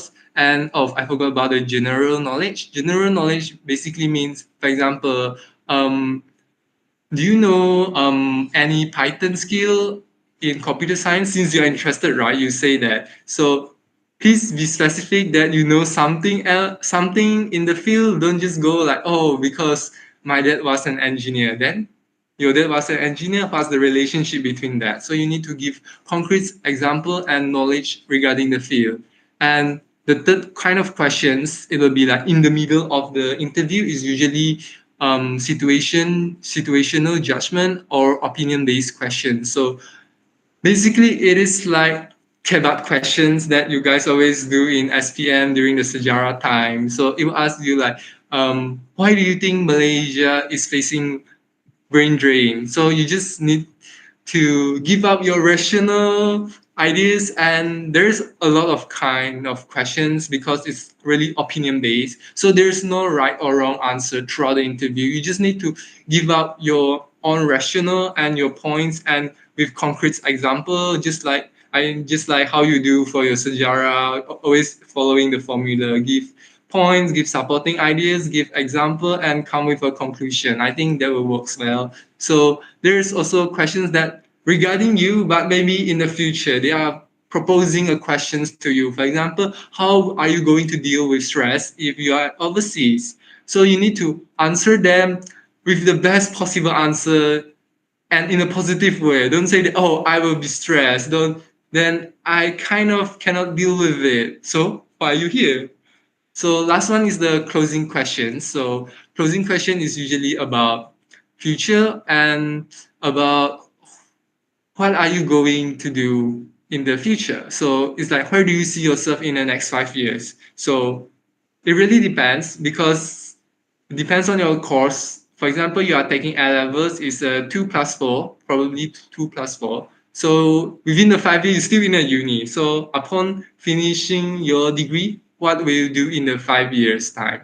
For example, you will involve in voluntary works, have internships. Yeah, so it depends on you, and you have to do research on this because I think this is very important. If you're able to see yourself in 5 years, and I think it will be very appealing for the interviewer to know more about you, to know your goals, your career pursuit.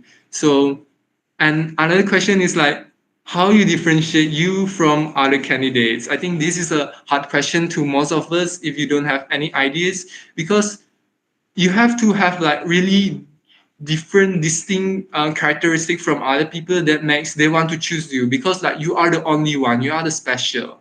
So it goes with a lot of questions like, why do you deserve these scholarships, what can you bring for the scholarships body. For example, for JPA, it's usually about I can contribute back to the society. So I think every scholarship body likes people who can contribute back to the society, but in what ways? You need to state out that how you able to contribute back.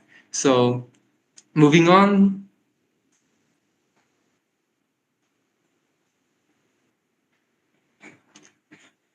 So I want to start with tell me about yourself. I think this is the first question that most of us is going to get during an interview. So this is the one that you really have to prepare, and because it's the first impression, right? So you need to prepare for this like very as early as possible, start from now and kind of have a draft like how it will go. So this is an example of mine during my time. So you just need to repeat this in the mirror or in front of your family's friend, or you just wake up from the bed. So you just, oh, okay, you can complete this whole script like fluently. There is no problem, and you are confident enough.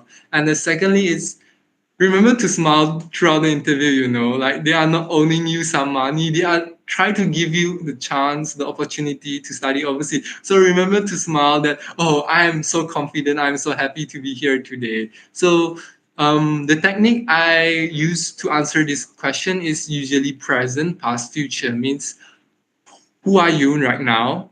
So basically, you just introduce yourself. Oh, my name is blah blah blah. I'm currently blah blah blah, and I'm here today because I want to pursue for political science at France. So you just state out what you are going to do here.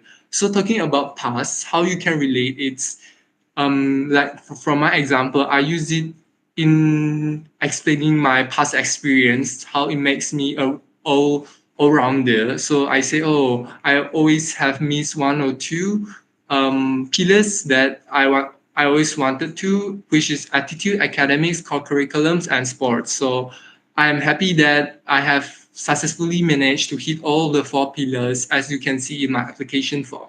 So I use that to connect my past experience. But if you want to expand more on this, you can say that how your past experience or your background inspire you to continue on this field. So about the future is like, what are you going to do and what you want to become in the future. For example, you want to become an engineer, you want to become a politician, you want to become a research, you want to become a lecturer. So it really depends on you. So for me, I end it with, I'm incredibly thankful to God for everything that has happened to me.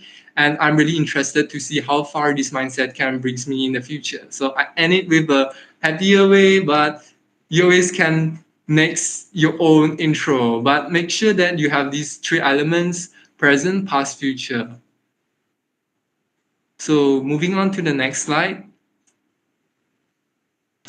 So moving on to the next slide is about your strength and weakness, which is about you again. So talking about your strength, usually what I did during my time is I list out what is my strength, how do I think I am, what do I think I am? Like I just give like, oh, I'm very collaborative, means I'm a great team person. So I use the STAR method, which I will explain later in a while, which I learned from Shell. It's a very useful. Basically, after you give your strength, you need to explain. You need to give concrete example. Don't just say, oh, I'm hardworking, I am collaborative, I am creative. Like everyone know what is creative, but how creative you are, you have to give a thing that able to give a measurement to the interviewer so they can know, oh, this is what you did. So you are a collaborative person. That's make you at the end of the day. So about the weakness, I think to talk about weakness is it's not that the interviewer want to know that, oh, how weak you are. It's not the point. The point of the interview is to know like how well you are and how do you overcome your problems. For example, I have this problem of being critical to myself, and which lead to negative self-talk and eventually burnout. So the way I improve is I try to record my goals, objective, and key results and set them aside time to celebrate my milestones and achievements, either it's big or small. So at the end, this not only helped me to benefits from my team, but it also help me to get better and prioritizing the most impactful tasks. So it you need to give your weakness at the same time, but you still need to explain how do you overcome it. Because what interesting about the interview is they want to see how you grow. Because not everyone is not perfect, obviously. So it's about how you're able to grow throughout the obstacles that you have faced in the past. And for strength, it's definitely show that, oh, how good you are to what extent. Moving on to the next slide. Thank you. Okay, so now I'm going to talk about star method. Star method basically it's to describe an achievement, event, or story in the past. So it's really helpful that you even can do a list. For example, okay, I went to this competition. So what's the situation during the competition? Is it during the preparation of the competition? So start with S. S is the situation. So basically, you just give a brief explanation what kind of situation you are in, and task is like, oh, what's your goal in that competition? Action is what do you take? Remember, it's you, not your team. It's like personally, what do you do? Because in interview, you want to emphasize yourself, not your team. So you have to be specific about this, like what you take to accomplish the tasks. So lastly is result. Obviously, everyone look at the result, right? So so during the a STEM competition, this is just a random example, okay? So during a STEM competitions, one of my teammates unexpectedly could not come in time due to an emergency. And we found out a few hours only before the pitching, which is the presentation. So there's a 1 hour gap to schedule it and to solve it. So we didn't have a lot of time. So because we want to keep this presentation going. So as a leader of the group, I decided to take this role to present it by prepare it through going through each detail through WhatsApp with my friends. So after that, everything continued on track, and the judges loved the presentation, and my hard work paid off, and I was awarded with the best speaker of the competition. It does not always need to be like positive at the end of the result, but what you want to show is at the end you learn something, you know. So that's the star method. Star method is quite useful for every story explanation. If you want to give a event that happened in the past, I think the star method really address the problems of people could not like really tell the story. You remember, just give your situation, past, and what you do, and what's the result of everything. So moving on to the next slide.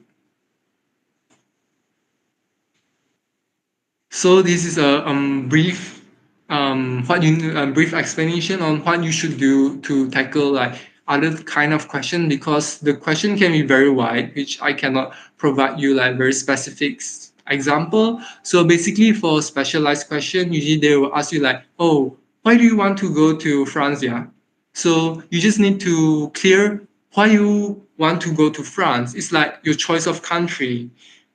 So it's like for JPA, right, you cannot just say, oh, because only France provide science social, right? You have to give like specific example. Why do you like France? Why France is your choice? Because like France is where freedoms and like where it embodies the idea of freedom. So you have to give your example and have a brief idea on your pre-U program like A levels, IB, yeah, have a great idea of how the program works and how long it takes. Because this is the question that the interviewer will just ask you, because they just want to know like, do you know what are you going to face in the future? Even your dream school. Dream school is like you have this aim, but you are working towards the university that you have always dreamed for. And career goal is what you want to be and how are you going to achieve that. because giving you this scholarship, it also means that we are giving you the chance, we are providing you a platform to achieve your career goal. So if you're able to align your value, your passions with the scholarship body, I think that's the best. For example, GPA is always like people who is patriotic, maybe, who able to like contribute back to the society. So I think that's how you should align yourself. For example, you just say, oh, I want to become a lecturer. So at the end of the day, I still can contribute back to my society as a whole. So at the same time, you need to highlight your past achievement, projects, working and volunteer experience, which you can use star always. So tackle situational judgment and opinion-based question. It's very hard, but you can always do research on how you can align with scholarship body. For example, from my past experience of joining Shell's innovation competition, Shell always emphasize on sustainable development goals. And for GPA, it's always like contribute back to the nation, to the society. So for Petronas, it's always about sustainable goal as well. So you can search more, and you if you know like certain things about Petronas, which they are deal with like net zero carbon, so you can give your rationale and your thoughts on that. So if you're able to really align or resonates your mind with them, so at the end of the day, they feel like, oh, this is the guy that I want to choose. Because for many scholarships, there is a bond. So at the end of the day, they are not choosing a scholar as well. They are also choosing um, a future workers for their companies or for their body. So that's very important. So last one is when you have questions that you really don't know how to answer, For example, they just ask you, what do you think about T50? What do you think about wawasan 2020? I don't know. Maybe just random questions that related to your current issue, but you have no idea. But usually what you can do is you can just say that, oh, I don't know much about it, but based on my knowledge, you have to try to show your efforts on like, okay, I want to try to involve in these discussions, and I'm willing to learn that I don't know much about this, but here's my opinion about this. So at the end of interview, there is always this question, not always, but most likely you will have this question, which is like, do you have any questions for us? So usually if you got this question, I think it's the best way to end your interview, because it's like your last impression to the interviewers, like how good you are. So you have to show that you are really interested in continuing your studies with the scholarship. So you have to really show that, oh, okay, so what would be the expected of me during the years if I receive the scholarship other than continue excelling in my academics? This is just my example.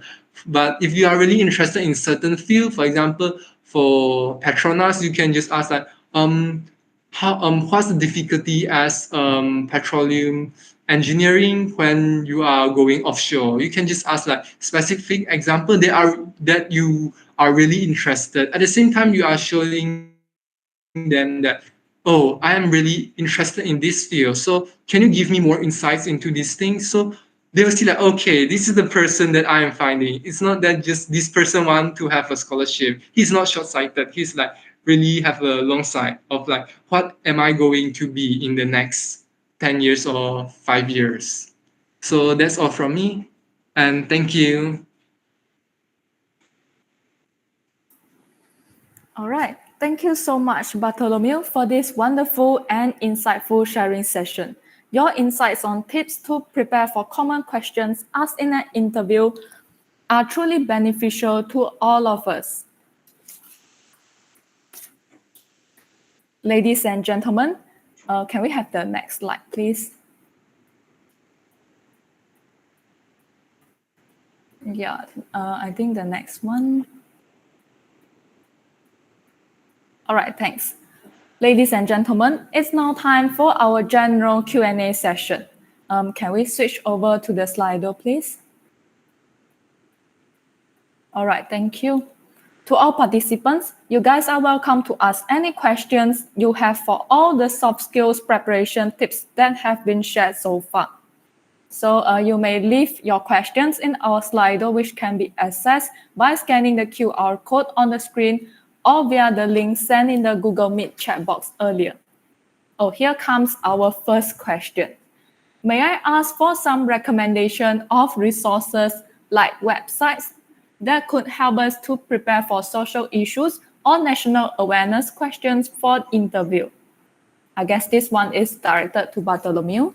Yes, okay. So actually, I prepare a QR and my slide under the merci, which means thank you in French. So there is a QR code. You actually can scan it and you can get the questions that collected by peoples that we already compile like certain questions that you can search regarding the social issues and national awareness. But if you really want to know how to deal with social issues and national awareness question, it's basically read the news. That's what your teacher always told you since high school. It's like you can just search on random websites, like news website. You can just go and read. Usually there is no specific websites for that, but what you can do is really look on the past people what they have did, because usually for interview, right, they have a question bank. So they usually will ask the questions that they already asked in the future past and the latest news that have happened in Malaysia. All right, thank you, Bartholomew. I guess the following 2 or 3 questions are also about interviews. So the first one, how to deal with scary interviewers?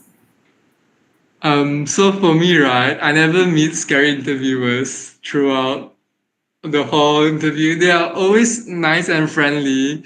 I don't know, you just need to be friendly with them because it's like reciprocal, right? So as long as you're being nice with them, they are try to be nice with you.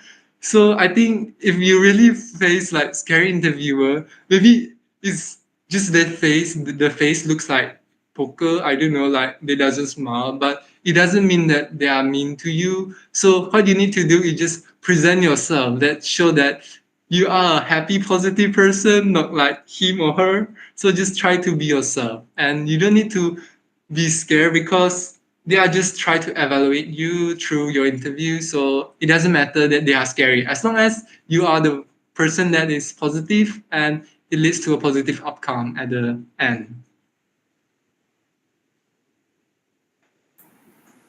All right.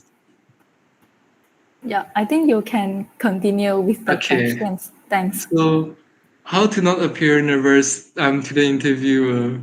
I mean, do I look nervous right now? No, not really, right? But for me, I think that the way that you would not appear nervous to interviewer is doing preparation. Because once you enter the mood, personally for me, once I enter the mood, like right now I'm presenting, then I will not feel the nervous anymore. But if you do not have enough preparations, I do think that you will be nervous because like you have a lot of question marks in your head, and when the interviewer asks you, you couldn't able to give concrete examples of like or like specifics examples. So I think it will make you more nervous, and you don't need to be afraid that, oh, this person is performing better than you. You just need to give out your idea, what you have prepared, and believe in yourself. What you prepare is the best, and you just present it the way you want. If your teammate during the interview copy your ideas, so so you mean by you already say out, then your teammates copy your idea again? So if like you already say your ideas, then your teammates copy your ideas, so obviously he copy you, right? But what if like you prepare the same thing as him or her? Then this is the question that who have the original idea, or both of you copy each other from like certain resources or website. I don't know. So I don't think there is a clash between ideas usually in the interview, because it really, so that's why you have to make your personal statement, no personal question about you, personal questions that as specific as possible. So that's why no one can copy your idea, because it's you. Who else in the universe is like 100% same with you? So if for the ideas for like situational judgment or like the general ideas, the general questions. So if you have the same idea, right, you can just use him or her idea, his or her idea to expand. Oh, because during brainstorming section, that's a hard one. So this I think during interview, right, you have to be integrity, you know. I know not everyone is integrity, but usually what you can do is like you have to make sure that everyone have a point already during before you presenting. So I think have being obligated that everyone have a point, then just focus on your point. What if he stole your point? You have to elaborate more on that. Maybe you can use back the same point, but try to elaborate on that more. How can I avoid stuttering in my interview? This is hard because it's not confidence issue. Maybe like it's not your mother tongue language, but never mind. I think if you stutter, you try to take a deep breath and relax again. It's obviously normal to stutter and even correct yourself during the interview, but at the end, the point is, are you able to um, give your information to the interviewer?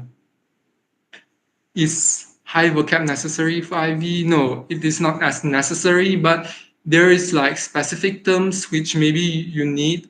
But as long as you're able to present your idea, present who you are, I think that is more important than high vocabs, because not every interviewer will understand all your vocabs, right? If you try to use high vocab, you try to make, oh, I'm the best.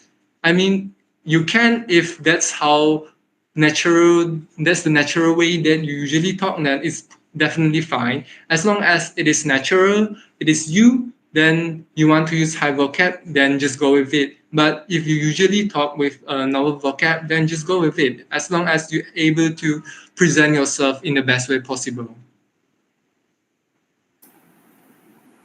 All right, thank you so much, Bartholomew. So we will be moving on to the next question. Is the Harvard resume template good? Should I use that? I guess this question is directed to Jason. Hi. I mean, it doesn't. It depends on you, because as far as I know, the Harvard resume template is quite a lot, but it's a very good guide for you as well. But it's not necessary for you to follow. It depends, because the Harvard resume template is quite. It's not to say you can't use it. It's just very detailed. But yeah, if you want to use that format, it's workable. So it doesn't really matter. It's not to say it doesn't really matter. It's just that it really depends on the situation that you're trying to apply using your resume. If I would say, based on what I understand of the Harvard resume template, if you're probably going to apply for like companies, especially when you want for internship, that's a very good foundation that you can use. But ultimately, it's up to you.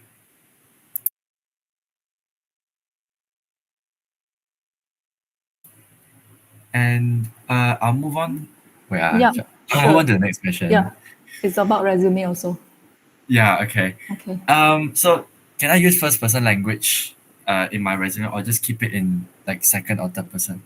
Well, it honestly it depends, because I know a lot of people who write resumes in second or third person. Like one of the resume I seen before, which is TIA committee, is basically like, oh, he's a highly passionate, highly motivated, highly committed individual who is da, da, da, da, da, da. And yeah, you can write something like that about yourself. But um if you feel like you can describe yourself better in first person language, if you feel like you can, you know, write down what you feel like you have accomplished using first person language, then it works also. But ultimately, it's up to you. All right, thank you, Jason. The next question, can you reference ChatGPT when making your essay? I guess this question is directed to Arisa.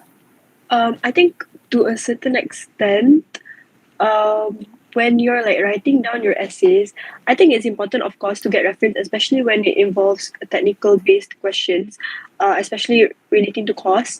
But it's good when you want to find like more details. But however, if you want to like say in the sense of like structuring and also like copy pasting it straight to your essay, then no. But it's good for reference whereby maybe you can ask what area, maybe what sector in your essay you want to improve on, or maybe you can also ask about are there any other elements to make your essay better. But truthfully, go by don't just go and copy paste the whole essay that you've already crafted through your ChatGPT, because they can actually easily detect it, especially when you post it online.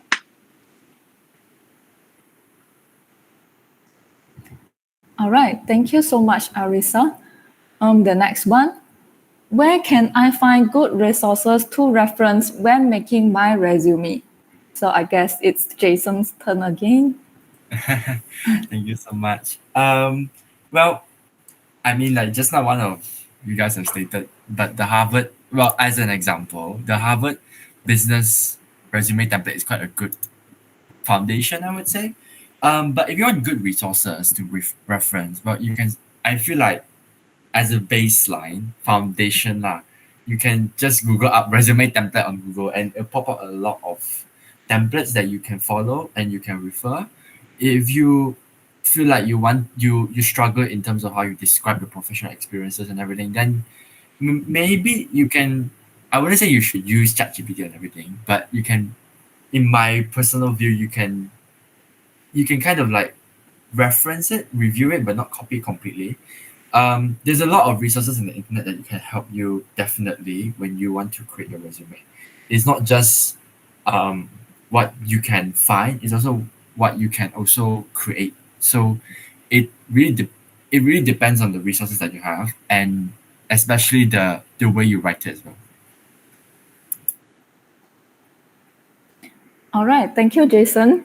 The next question, how can I practice interview? So I guess this one is directed to Bartholomew. So regarding how you can practice, if you have like parents who willing to listen to you yapping the whole day, then it's fine. Then you can just talk with your parents, like just present it as normal. If you don't have any person, you can use a mirror. For me, I personally prefer recording in a video, like just record myself, then I can watch through it again. Yeah.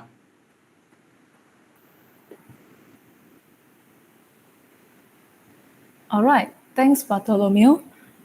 Jason, again, how long should my resume be? 1 page, 2 or 3 pages?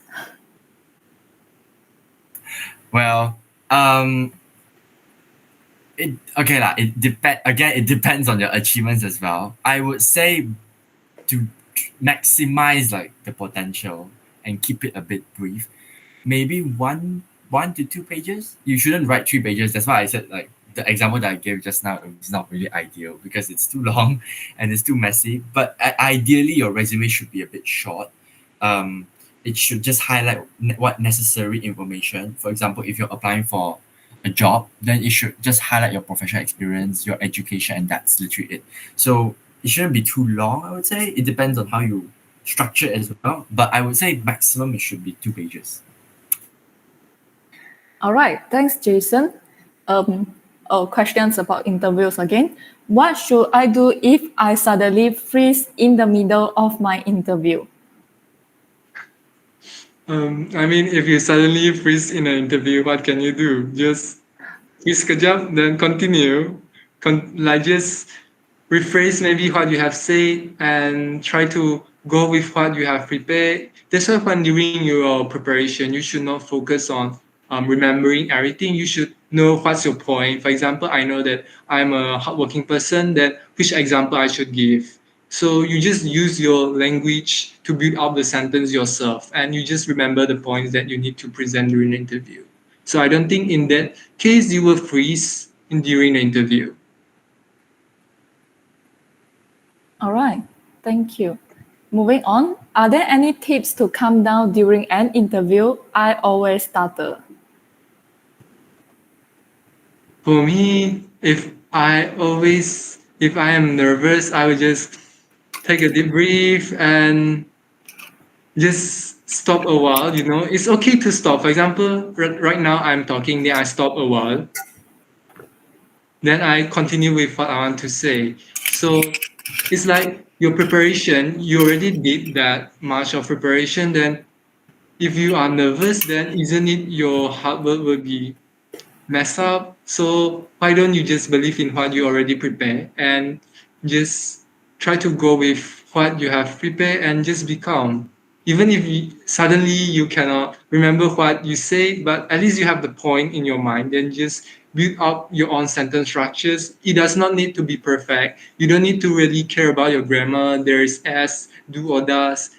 Maybe just go with what you have prepared and be yourself.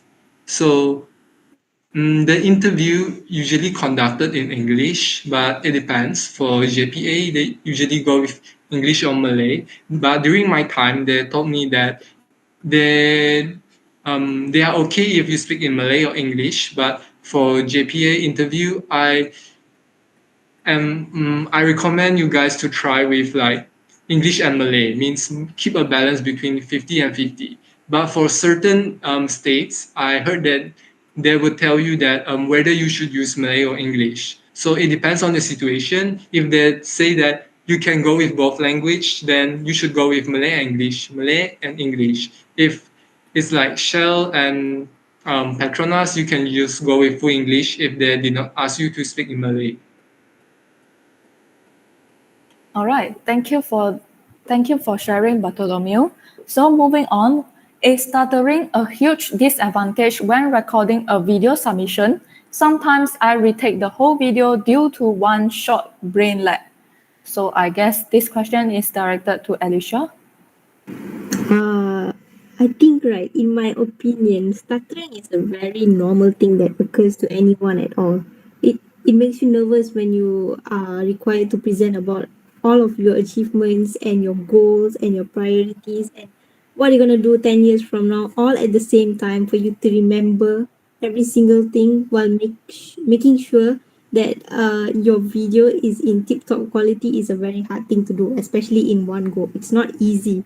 Definitely you have like at least minimum 20 drafts of recordings every single time you want to like record a video. You are never satisfied about anything. One small sentence you go wrong or any single word you stutter, you will feel like that video is a disaster. It is normal, but I feel like stuttering doesn't really affect the video submission because like mostly they focus on the content that you are trying to deliver. So if you are like really concerned about stuttering, try to speak slowly and clearly, like word by word. Don't go too slow, but maybe you can go like in a really moderate pace. And like if you feel like you really need to retake the whole video, it's okay. Take your time. And I know we are never satisfied with whatever we record. We definitely want to make sure that everything is perfect, but it's okay if you stutter. It's fine. Just make sure that it doesn't affect the content that you are trying to deliver. And yeah, the solution is just try to speak slowly and clearly. That's it. All right. Thank you, Alicia. Moving on. Are there any scholarship that offer its scholar to pursue his degree program in China? Does JPA offer that? So maybe can any of our speakers answer this question? From what I know, that Yasan Kazana used to providing scholars to China, if not mistaken. For JPA, right? Actually, I heard of this like last year, but when I was applying for the scholarships, none of it say it is available. Maybe you can check off JPA Mara if you are available to apply for that. But from my side, not really. All right. Thanks, Bartholomew. Yeah. I would say from my experience, it depends on the scholarship also because from if you're talking specifically about mine, which is Shell, they don't offer uh, programs to China, but I would say that some other scholarships that are open to pursue their degree overseas regardless of country. Like I think that day, Amir Zakwan, who talked about Yayasan Sarawak, he got mentioned that it's not just limited to um, some particular universities also. It really depends on the scholarship. All right, thanks, Jason. Moving on, can we make our resumes more colorful for it to be more attractive? Does it matter? Yeah. Well, Okay. okay. It's not to say it's not to say that you cannot make it colorful or anything. In fact, it's actually encouraged lah because um some people, especially some recruiters, they prefer to not see boring white A4 paper. They prefer to see a bit of flair, a bit of color. Like some recruiter will get that.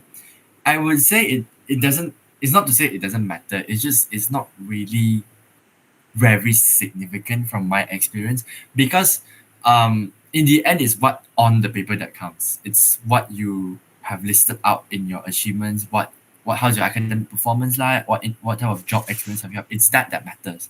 Even if you glitter up your resume and you really make it look so aesthetically pleasing, it's not going to change the fact that a recruiter might reject you just because of your experience is not enough. So it's not to say, I mean, you can try, but it ultimately it's what on the resume that matters.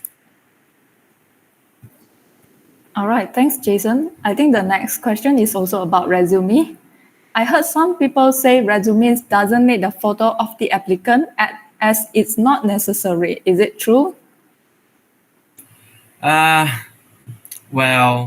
it's not to say you can. Again, it's like just now. It's not to say you don't.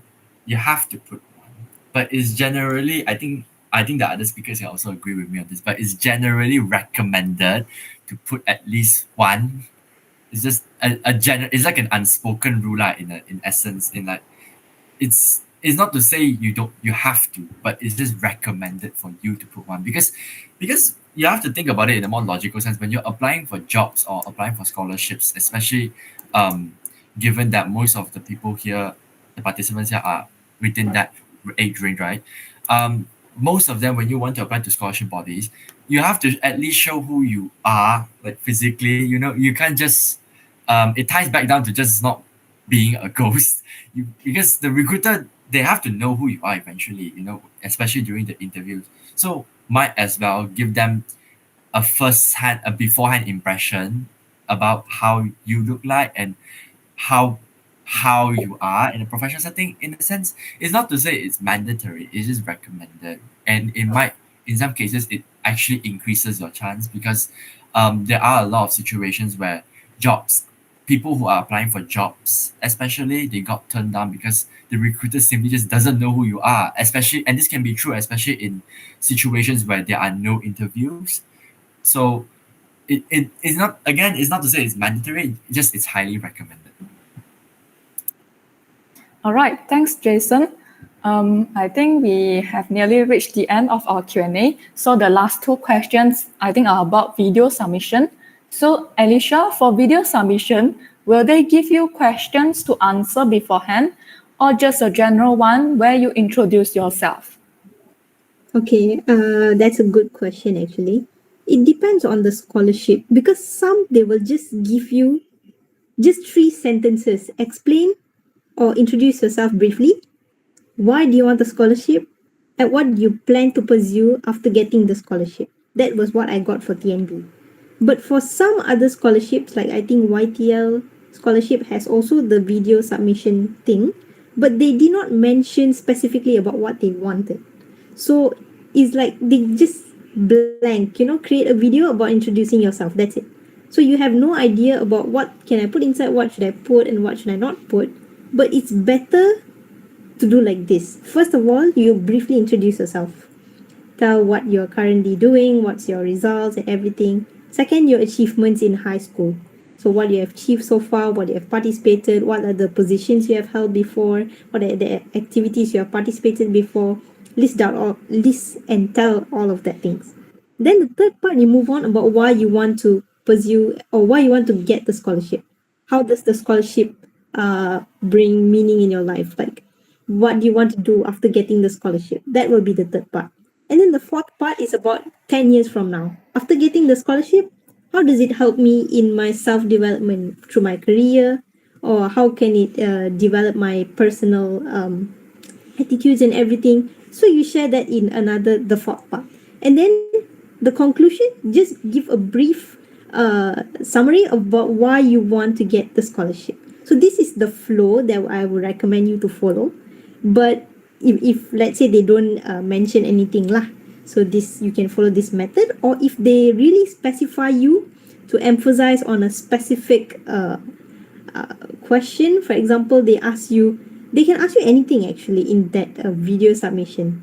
Please explain about the activities that you have and how one specific activity uh, impacted you in life and something like that. They could ask questions like that. So be attentive to the questions that they ask you during the interview, and make sure you tak terpesong sangat lah. Don't really tell things that are really unnecessary. Try to keep it straight to the point and direct about what you want to say.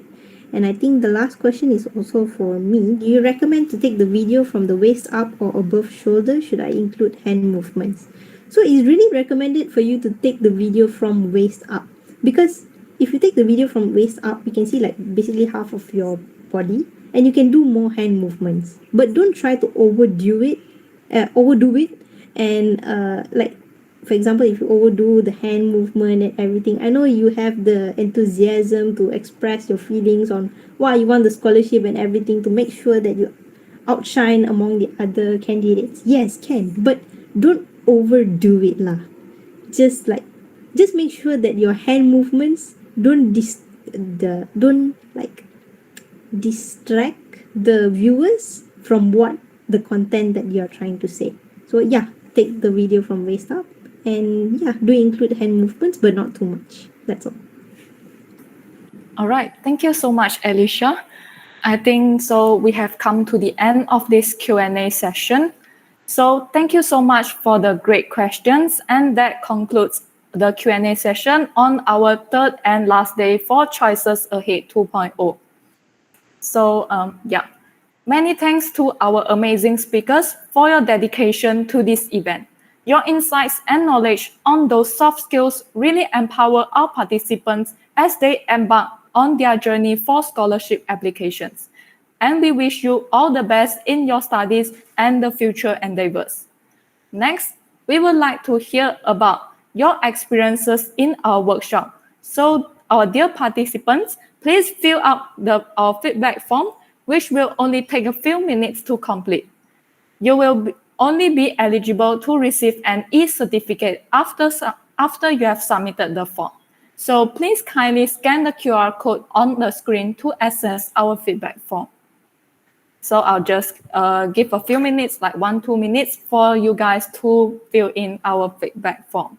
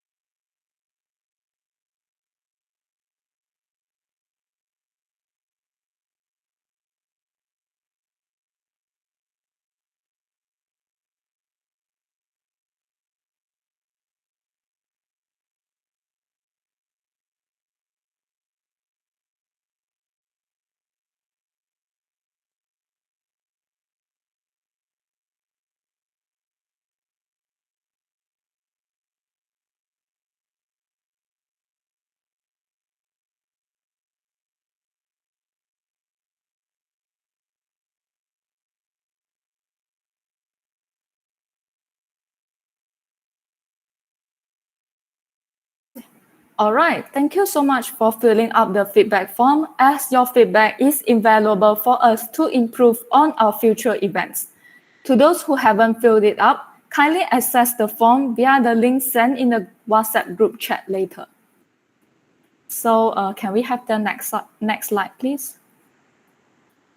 Now, last but not least, we would like everyone present in this meeting to turn on your camera for a group photo taking session.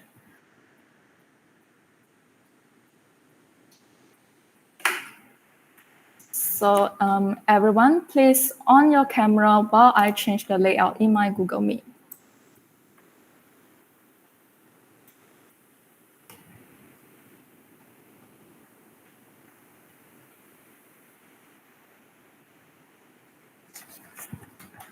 All right, I will be taking the picture now. So please get ready. 1, 2. Okay, 1, 2, 3. Yay. All right, another one. 1, 2, 3. Okay, so let me check, is it saved to my drive? Okay, yeah, it's safe. So thank you so much. Can we have the slides back, please?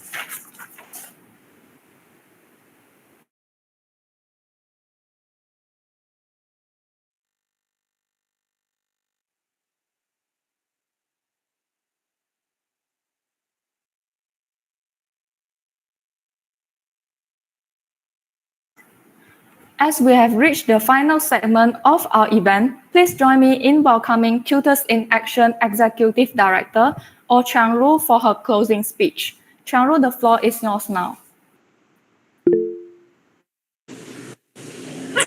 Hi everyone. So I'm not gonna take very long since it's been a long day and I believe everyone is perhaps getting ready, for a dinner or something. Especially today's like Mother's Day, so I would just like to thank especially all our speakers, not just for this session, but literally every single speaker that accepted our invitation. We are really thankful of all of you for actually accepting our invitation to speak for this workshop, because believe it or not, your session is very insightful, and this is not just a Google Meet session. It will always forever be on our YouTube. That's where we can continue to impact more people. It just in case they want to watch back, or like new people want to watch back the video, it's where they can find the resources. So don't feel that it's just a short 15 or 30-minute session, but actually in the long run you will be impacting a lot of people who really want to learn how to, whether it's to know more on the introduction to pre-U program, or just to know more about scholarship, or even for this session on the tips to tackle all the scholarship questions and videos. So that's for the speaker part. And for the participants, thank you for joining and for registering for our workshop. It really means a lot to us, as well as I really hope that you have benefited a lot from all the sessions that we have provided. And lastly, definitely I want to thank all the committees of Choices Ahead. I know it's not an easy way. It's been a long journey since the first launch, and even before that, all the preparation. I really appreciate the things that you're doing, and please know that what you're doing is benefiting a lot of people, and that's what it is. And that is why there is TIA. We are trying to provide a platform, a free platform for every single student to have easy access. And also, I would like to point out that I understand our workshop, we are focusing a lot on the need-based and also local scholarship. It is something that I really want to highlight, and something that TIA really wants to highlight is that no matter if your result may not turn out as what you wanted, but that does not mean that there is no more opportunity for you to venture and for you to go and explore. There's so much more for you to go and apply for, like the local scholarship. So don't get discouraged just because you may not have the chance to apply for maybe the merit-based scholarship. So I really hope from this session, this series of workshop, you will find other scholarship that may suit you, and hopefully if you are able to get it, you may like drop us a DM and say that, oh, thank you, I applied and I got accepted for this scholarship and whatnot. It will mean a lot to us as well. Yeah, I think I took a bit too much time. So that's it from me. Happy Mother's Day to those celebrating and have a nice day. Thank you. All right. Thank you so much, Chang-Ru. So finally, that concludes our third and last workshop for Choices Ahead 2.0. I hope all of you have a better understanding about the choices ahead you have for your future. Can we switch? Is it still on this slide? Okay. Before we officially conclude Choices Ahead 2.0, on behalf of Tutors in Action Malaysia, I would like to express our deep gratitude to our talented speakers and everyone who joined us today. This event wouldn't be such a huge success without you. To all participants, we also have a mentorship program in store for you. Can we have the next slide?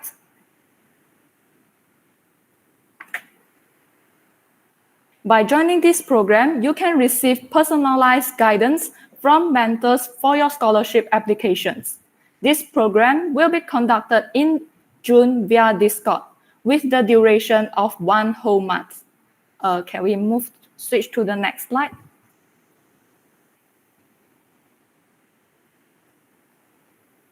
So our mentors will offer application essay or resume review, mock interview sessions, as well as application process guidance to our mentees.